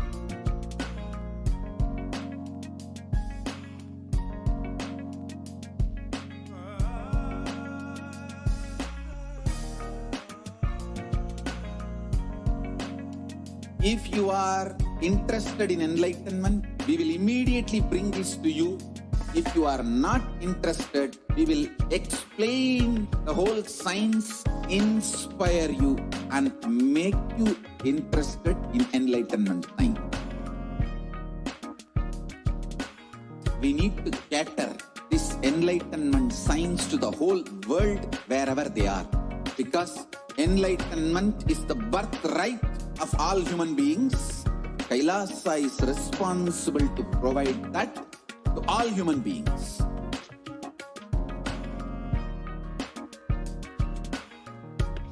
Kailasa is the totality of the knowledge I received from my gurus and practice manifested in my life, perfected by teaching millions of people from all cultures, time zones, backgrounds, genders, nationality, race, from every creed.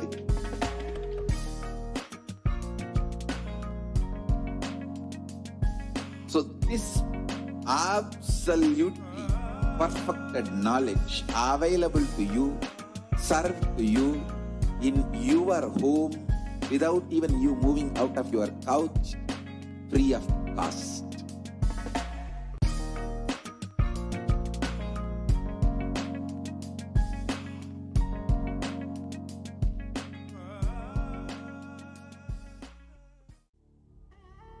What I mean by the word E-Kailasa, listen intensely. Enlightenment ecosystem, literally enlightenment itself, in your own home, wherever you are. If you cannot come to Kailasa, it's okay. Kailasa can come to you. Kailasa coming to you is E-Kailasa.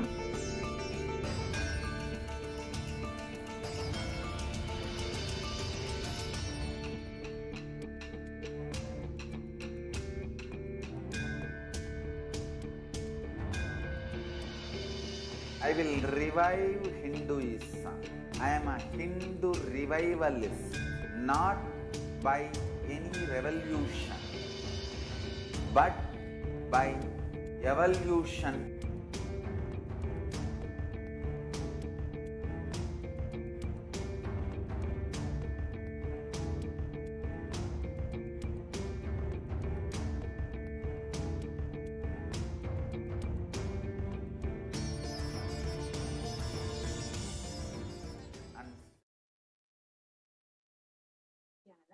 Welcome back, dear viewers. Now we will be entering into the segment where we will understand the persecution against Hindus and the Supreme Pontiff of Hinduism. As many of you may have already heard, that the UN has recognized the persecution of Kailasa and the Supreme Pontiff of Hinduism.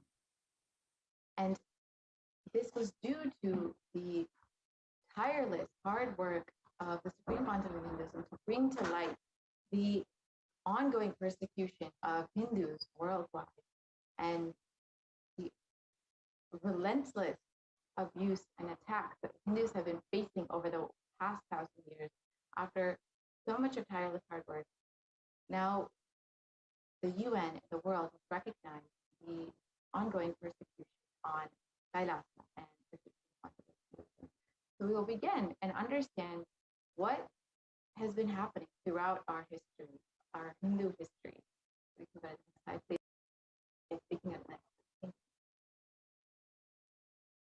So as many of you may know, Kailasa is the largest Hindu library, and eons ago,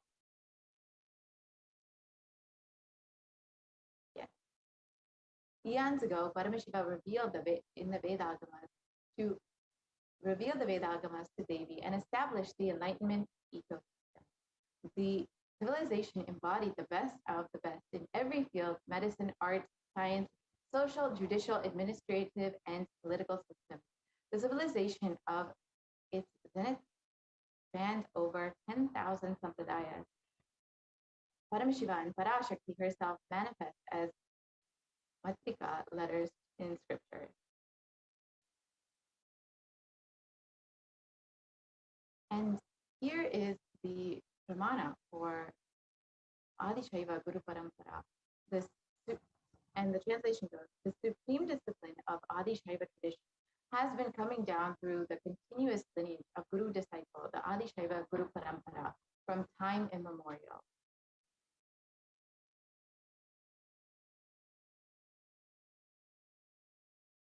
And this has been the transmitted knowledge has been given to Devi, Nandi, and the Saptarishis. All the rishis went all around the world, started several enlightenment ecosystems, and Sri Kailasa to transmit the super science of Paramashivatva.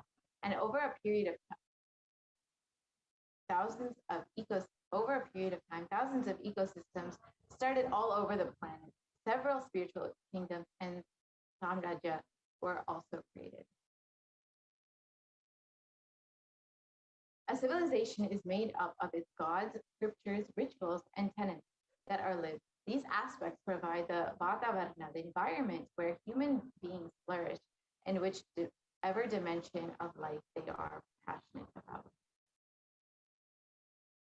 And Sanatana Hindu Dharma is the oldest living civilization on planet Earth. This glorious civilization had about 100 million source books. One source book is sufficient for a religion to emerge, creating a Vatavarna where every human being flourishes and experiences the ultimate state of supreme self. And here you can see the tree of source scriptures where they have spiritual legitimacy, cultural legitimacy, the political legitimacy, historical legitimacy, economic legitimacy, social legitimacy, and religious legitimacy. And this is what kept the source scriptures alive for so many years. And here you can see the breakdown of the scriptures and how they were divided. And the vastness of the Hindu scriptures is something unheard of in any other religion. With over 10, the Vedas themselves have over 10,000 verses.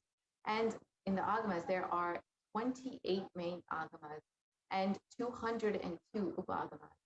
The Kamika Agama alone has 100 crores of crores, and there are thousands and billions of crores of verses in each of these Agamas, and many other Agamas and Upagamas with millions of verses. There are 18 major Puranas and 18 Upa-Puranas and other Puranas, and more than 4 lakh verses in the major Puranas. So you can see that the Hindu scriptures are vast and have enormous amounts of knowledge be gained from them. And here you can see the pramana for the Vedas from Paramashiva. And we can move to the translation, please. So from the Supreme Person, breath came from the Vedas, the pure knowledge, the Rig Veda, Yajur Veda, the Sama Veda, the Athar Veda, the Puranas, the cosmic histories, the Upanishads, the verses and the sutras, and all the other Anuvakas, commentaries. The word Itihasa refers to the Ramayana and Mahabharata and other similar works. The Upanishads refer to the source revelations experienced just by sitting, and the shloka verses refer to the collection of verses in meters such as Anushtup, composed by enlightened sages and rishis. And sutras refer to the concise statement which explains the meaning of the Vedas, written by major teachers. The Anuvakas refer to the commentaries on the sutras written by the great teachers, and all of these are called Amanya. The primary meaning of Amanya is in Vedas. So what happened to these great Hindu scriptures, and why are we not able to access all of these enormous scriptures that we've had? Now, only 20% of the Vedic Hindu scriptures remain on this planet. Despite having millions and millions of verses, only 20% are available for humanity. So almost 100% of Hindu universities were destroyed.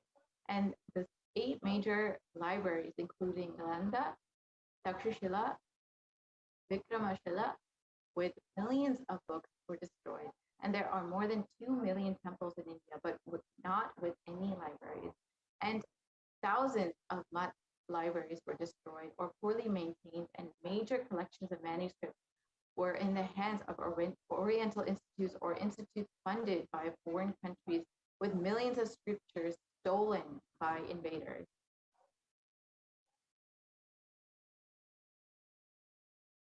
And 7 genocides of the Kashmir Pandits, so selective brutal destruction of knowledge communities, was executed by many anti-Hindu and colonial and invaders. And 7 genocides of Kashmir Pandits, from 3 to 6 lakhs, were brutally kicked out. And the genocide of Shivacharyas in Tamil Nadu under the atheistic government, and the destruction of the Hindu universities and libraries, and the world's largest Tamil Hindu library, the Jaffna Library, public library, was also burnt, which was in Sri Lanka.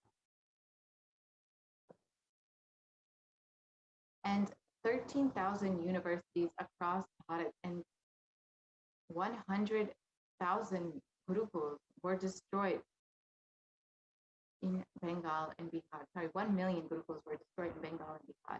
And Nalanda University, which had 9 million books, were burnt by the Islamic invader Khilji. And here you can see the photos of Nalanda University. And India has more than 2 million temples, but very, very few libraries. And the libraries are the center for scriptural studies, the Vedagamas, and should be constructed to all, here's the pramana for this, in all the 4 main directions of the temple, in the corner directions of the temple, in its inner enclosure, or in the location recommended for the installation of the images of the Shaiva devotees. And here you can see photos of various mutt libraries and different Hindu libraries, and how poorly these libraries, the scriptures, the palm leaves, have been maintained, and how they've been destroyed and been subject to corrosion. And here you can see another pramana for the Yoga Nashta Paransapa. So the supreme science was thus received through the chain of master-disciple succession, and the saintly king understood it in that way. In the course of time, the succession was broken, and therefore the science as it was appears to have been lost. And over the period of time, with increasing consumerism, these life-positive values diminish in all cultures. Kailasa's Nityananda Hindu Library, as we stated earlier, is the world's largest collection on Hinduism. And as Swamiji always says, books and deities made Nityananda. We can watch a short video where Swamiji speaks about the library.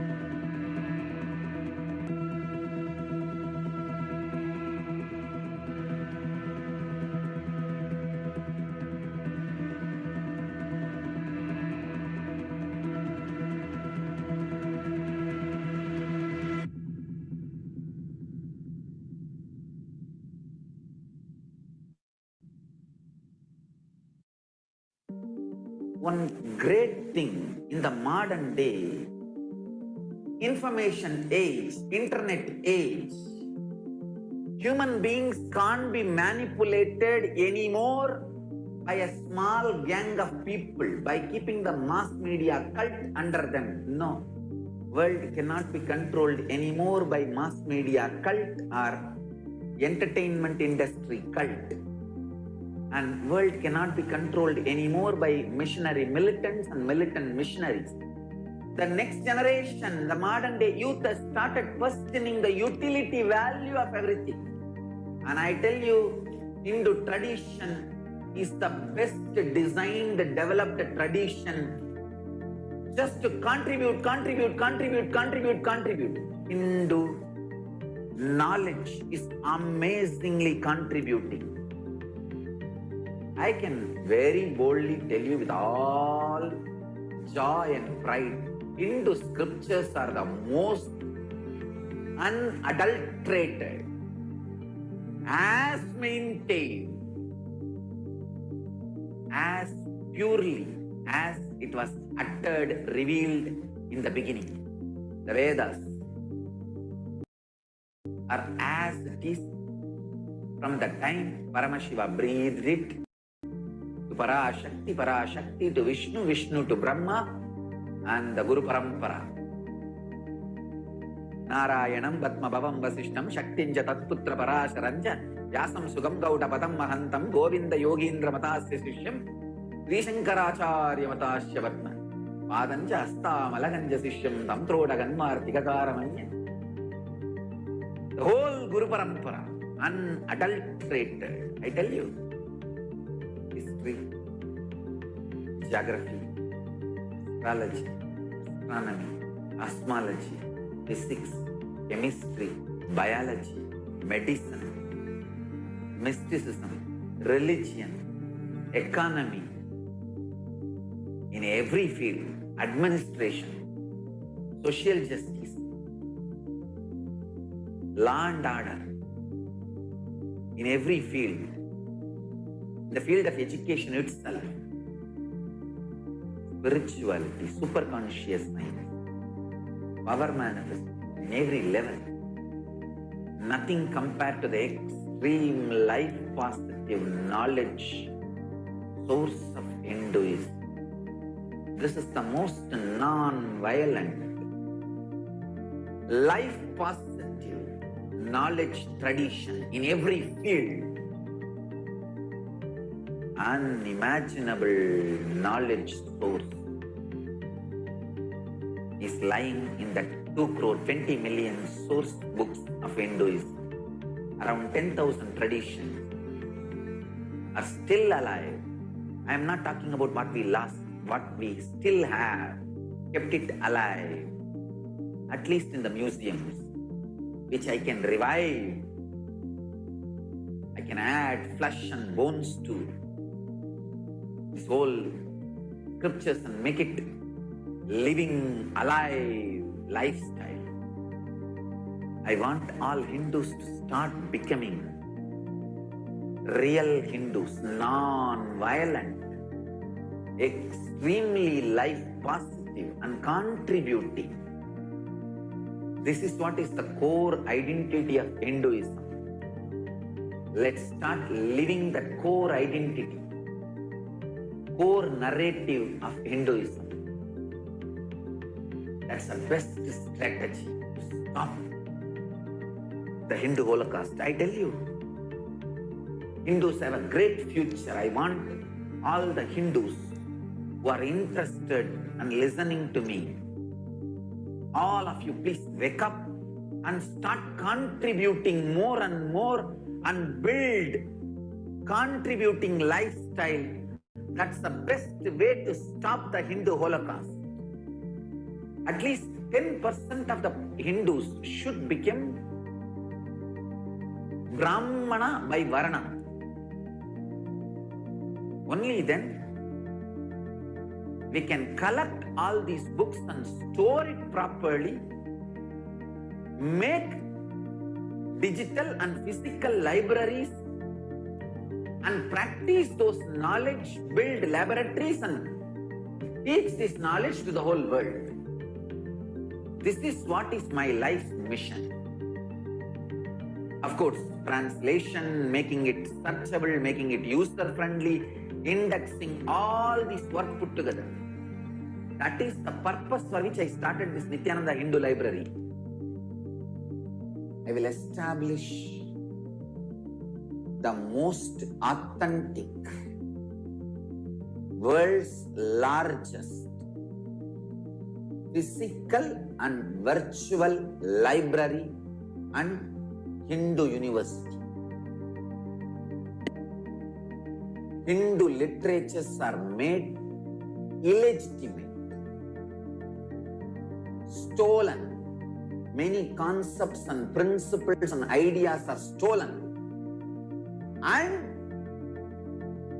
Hindus are made to feel that literatures are all just mythology and faltu and just somebody's fantasy. I will make sure enough scientific researches are done, proper documentations are done, analysis are done. Not only I will collect, compile, organize the world's largest Hindu knowledge resource library, I will make all of it user-friendly for the whole world by making virtual Hindu library available for the world. I am very clear. I am going to collect everything related to Hinduism. The source scriptures, various commentaries and translations, good or bad. Some translations are true to the original, some are 80% true, some are 70% true, some are absolutely distorted. But I am going to collect everything, organize, index. My initial level plan is 10,000 students will be able to reside and study. 2 crore means 20 million Hindu scriptures and largest virtual library, very organized and made user-friendly. Collecting all the 2 crore, 20 million source books, organizing, indexing, then translating, making it user-friendly, making library, physical library, and making digital library, then studying it, researching it, making laboratories. For example, the Hindu battery, which can be charged, recharged by consciousness, does not need any other chemical from outside. The Hindu aircraft, which can fly through the conscious sound technology, the consciousness-based light technology, sound technology, consciousness-based biology, consciousness-based biology-based technology. When consciousness starts growing in your biology becomes totally different, and that biology can be used to fly, empower, energize multiple machineries in Hindu tradition. Collecting this 2 crore, 20 million scriptures, organizing, indexing, translating, building laboratories, not just libraries, laboratories, universities, where we conduct clinical trials, medical trials, scientific researches. Everything gets organized, made user-friendly for the humanity and shared with the humanity free of cost. I invite people from all over the world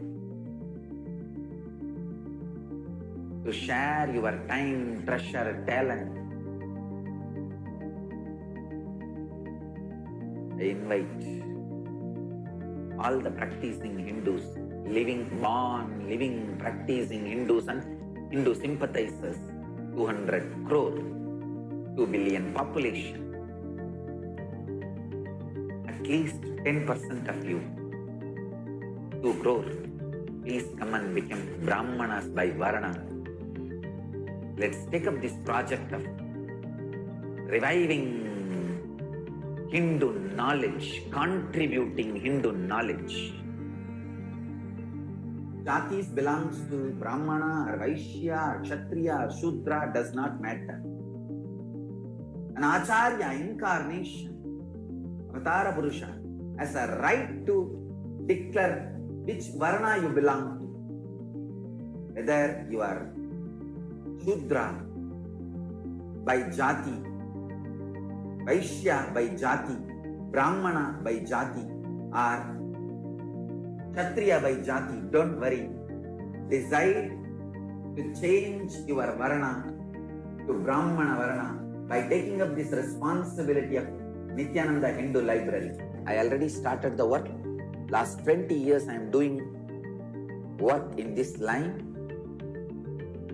It is time.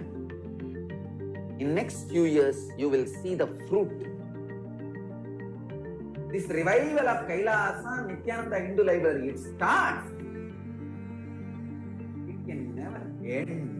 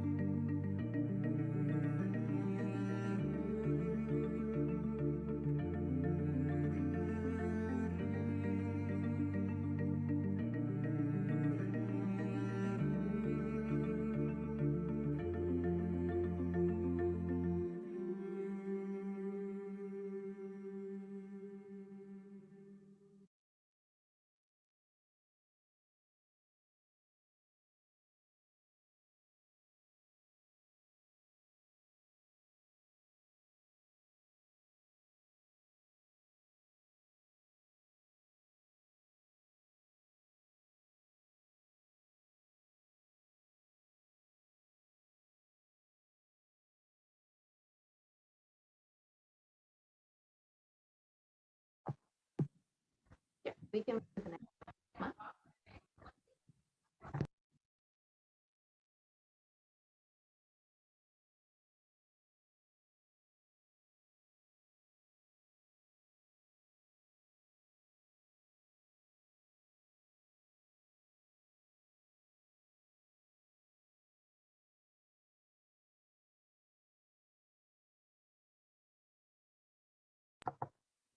Kailas's Nityananda Hindu Library will be the epicenter for all Hindu scriptures, which will locate, acquire, collect, organize, publish, teach, and spread the Shastra.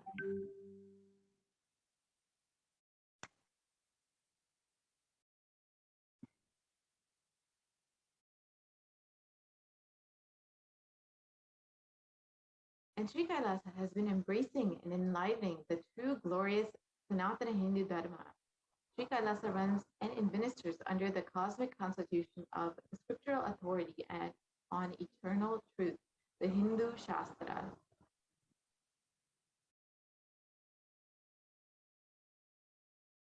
And here you can see Pramana from the Bhagavad Gita, which translates as, but he who discards scriptural injunctions and acts according to his base impulses attains neither perfection nor happiness, nor the supreme destination. So here is a direct pramana on why we should follow the Shastra.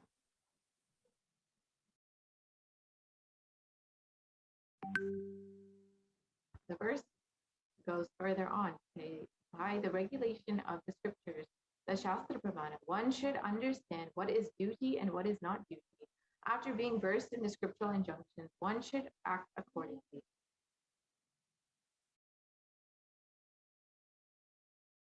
And here is an Apta Pramana, which translates as sacred knowledge in human ultimate beauty, the hidden treasure. Through knowledge, one can enjoy different happiness. It is the master of all masters. During foreign travel, knowledge is our king. Knowledge is verily the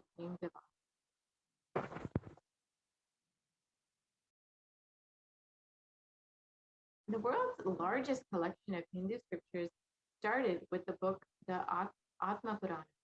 The above Atma Purana book was given by Isaki Swamigal to the Supreme Pontiff of Hinduism. This is the first book in his collection for humanity, which has grown in the world to the world's largest collection of online and physical Hindu scriptures. And here you can see the original book of the Supreme Pontiff of Hinduism, which was given to him by his guru at a very young age.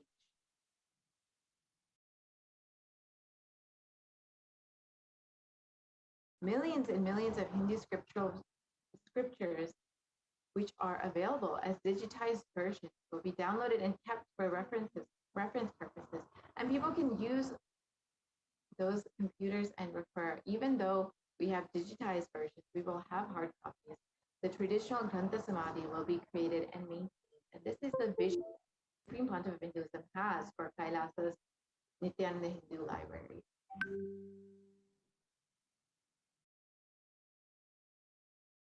And further, in Vedic times, anybody has any kind of conflict, problems, questions, they will go to the Namisharanya, where all of the scriptures are stored, and the rishis who have read all the scriptures are available, who will refer immediately to the scriptures and give the answer to them, to the visitors.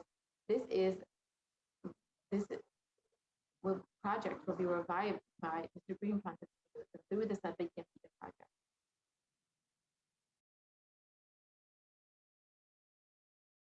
The Agamas should have become the book of Hinduism. I am bold enough to declare for all the lifestyle issues, social issues, how we should conduct ourselves in society in the way of liberated thinking, how we should live, everything. The Agamas should have become the scriptures, because no other master has the courage to think, or the clarity to think to this depth than Mahadeva. These are the direct words of the Supreme Pontiff. I just feel like I should dedicate my whole life to research, organizing, collecting, living, and spreading, radiating the Agamas, and I have decided to do that. Again, Supreme Pontiff is its own word. And the Supreme Pontiff of Hinduism continues on. It is my responsibility collecting it from all the corners of the world, wherever it was secretly lying, the original Agamas, the yogic scriptures, and gathering it, revealing it to the whole world, and making it available to the whole world through the internet. And we will offer this to the whole world copyright free. You have a right to copy. I am declaring it as a copyright free. If you are copying, not only you are welcome, you are celebrated. It's our job to build beautiful libraries, the knowledge transferring methodologies and mechanisms. Not only library, but making the library user-friendly, useful for people, where people can really, really get involved.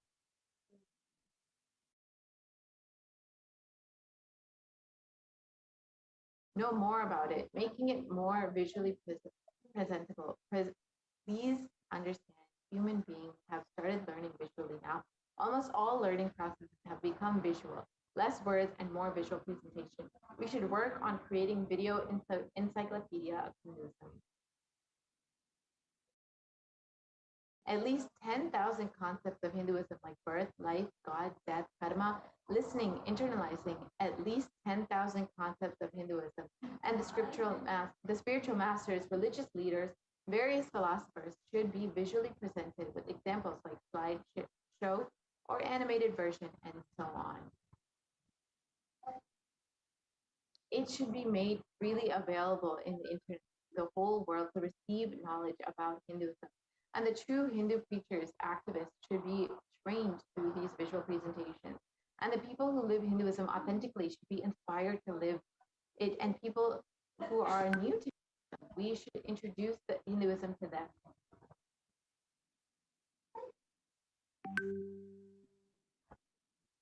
Each of these palm leaves is a soft power atom bomb. You just throw that one country, throw that on one country, they are there forever with devotion and respect. And out of gratitude, love, respect, surrender, they are there forever because so much is contributed to their life.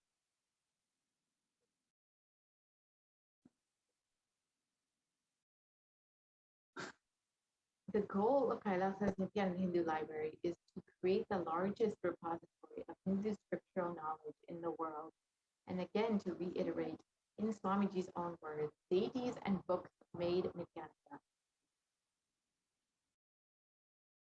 We are creating and preserving the largest repository of Indian scriptural knowledge in the world for posterity under one roof, collecting all Hindu scripture books on planet Earth, and creating the world's largest Granth Samadhi, home to living deities of scriptures, transmitting powerful cognitions to humanity, and housing 5 crore books and manuscripts on Hinduism, including 2 crore source books on Hinduism alone. And there will be a state-of-the-art library building over a square feet, using the latest software to automate the library management, and establishing the world's largest digital library of Hinduism books and manuscripts. So this wealth of knowledge can be accessed from any part of the world. And the Grantha Samadhi, this is the most important of all samadhis, which has kept Hinduism alive. All scriptural books, palm leaf documents, which are kept in one room and maintained, is a Grantha Samadhi. The Grantha Samadhi means energy center of spiritual books. In the 28 Agama deities, Paramashiva, the 108 Upanishads, the Lord Brahma, the Purana, the Veda Vyasa, and are made of palm leaf, gold leaf, silver leaf, copper leaf, and other metals. And thousands of living deities of various avatars, masters, rishis, saints, honoring their contribution to Hinduism. Research and reference section for 10,000 sampradayas of Sanatana Hindu Dharma will also be a part of this library. And all books will be printed on the non-tearable paper for long-term preservation, and traditional resin grand binding of all books, setting up a large-scale digital printing until unit at the library, and total collection of 400,000 digital books will be available. And the digitization has already been going on within the Nityananda Hindu Library, and which allows for preservation and dissemination of knowledge using the latest technology. And all of this is made available to the public for free. And palm leaf print keeps the tradition alive by printing scriptures on palm leaf, the original method of maintaining the scriptures. And the scripture collection, the collection of all in publication books from all around the world, has been maintained within the library. And the Nityananda Hindu Library has taken on the vast job of organizing the Hindu scriptures, and with a descriptive catalog as per the international standard, and classified the knowledge, the classification of complete scriptures on as per the scripture tree, which is exclusively revealed by the Supreme Pontiff Hinduism as the foremost, most respectable commentator and expert on the Hindu scriptures. This tree has been developed by the Supreme Pontiff of Hinduism himself. And the collection of 3 crore books and manuscripts from the digital libraries across the world have been maintained within the library.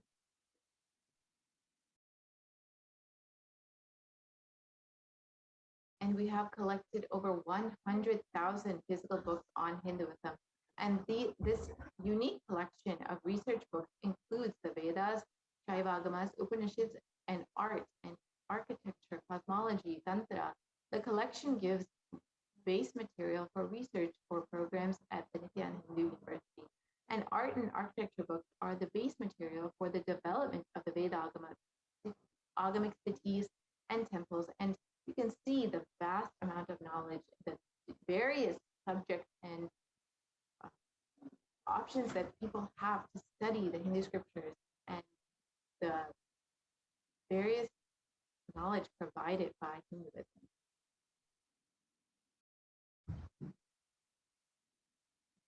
We've collected more than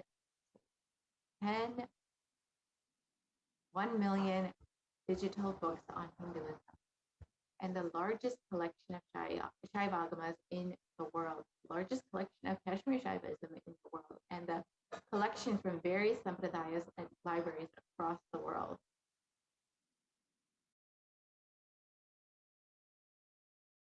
And the Nityananda Hindu Library Management System is a detailed structure and classification of the Hindu source scriptures of Sanatana Hindu Dharma, as ordained by Lord Parameshwar himself.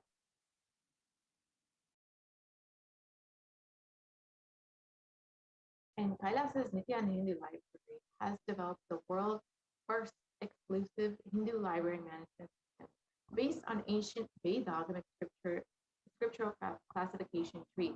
The classification system has more than 900 subject areas and more than 32 different levels of commentaries. And this was exclusively developed by the Supreme Court himself.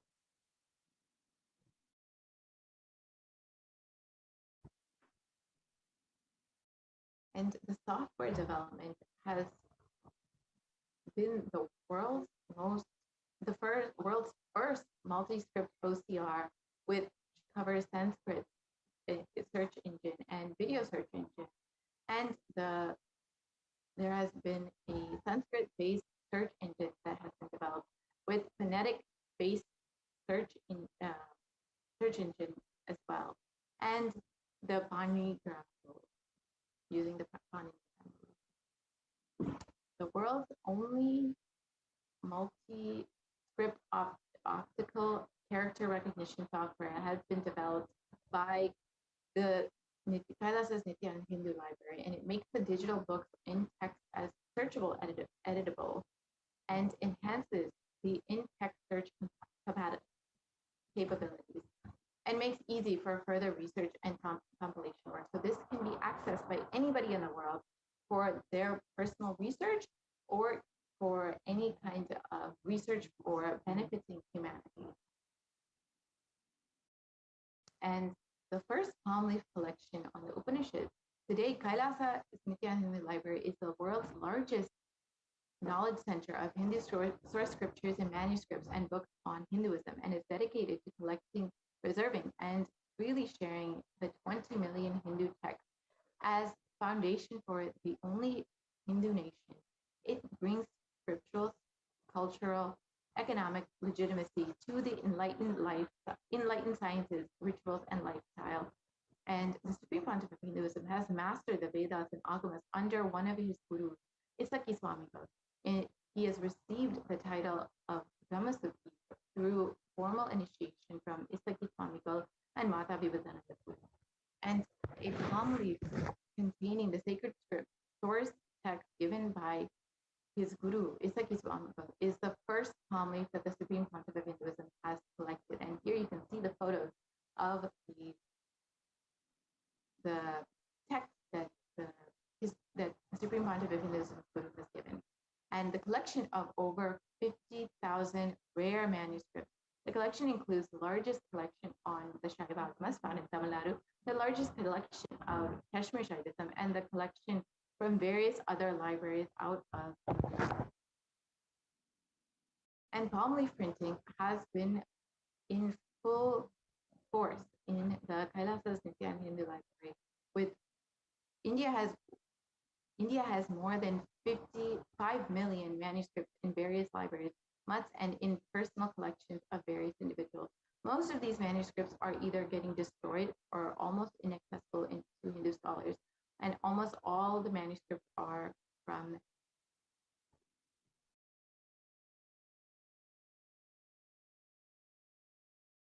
and here you can see the photos of the damaged manuscripts here. in various libraries. And Kailas's Nityan Hindu Library has set up multiple units for the palm leaf printing to keep the knowledge tradition alive and to maintain the original source of these scriptures and the original method of maintaining these scriptures in the palm leaf print. Until now, we have printed 108 Upanishads, the various Agamas, the Samrajya Lakshmi Gita, and many more. And various other manuscripts which were endangered have been reprinted after scan. And various mantra diksha cards, invitation cards have been regularly printed for an ongoing program. And currently over 140,000 palm leaves have been in progress to be printed. And here you can see the Supreme Pontificate directly printing these and attending to these and directly guiding the disciples to ensure that the integrity of these palm leaves is maintained. And the Kailas's Nityan Hindu Library has also taken on the responsibility of the preservation of rare books and manuscripts with physical and chemical treatment to prevent damage of existing manuscripts, and the combination of traditional and modern techniques are used for this conservation, and maintaining the right temperature and furniture to preserve the rare manuscripts. So these are all of the activities going on in the aspect of preservation within the Kailas's Nityan Library. And here are more photos of the disciples of the Supreme Pontificate working on preserving these rare books and manuscripts. So thank you so much for listening to the ongoing persecution and how the Supreme Pontificate Hinduism has taken the responsibility for reviving the scriptures which were nearly lost, and nearly only 20% of the Hindu scriptures are still available for humanity. And because of the tireless hard work of Supreme Pontificate Hinduism, we are now able to access these scriptures and they are being made available. Their knowledge of the Hindu scriptures has been made available for humanity. And so with this, we conclude our session on the persecution and the revival done by the Supreme Pontificate Hinduism. We will be back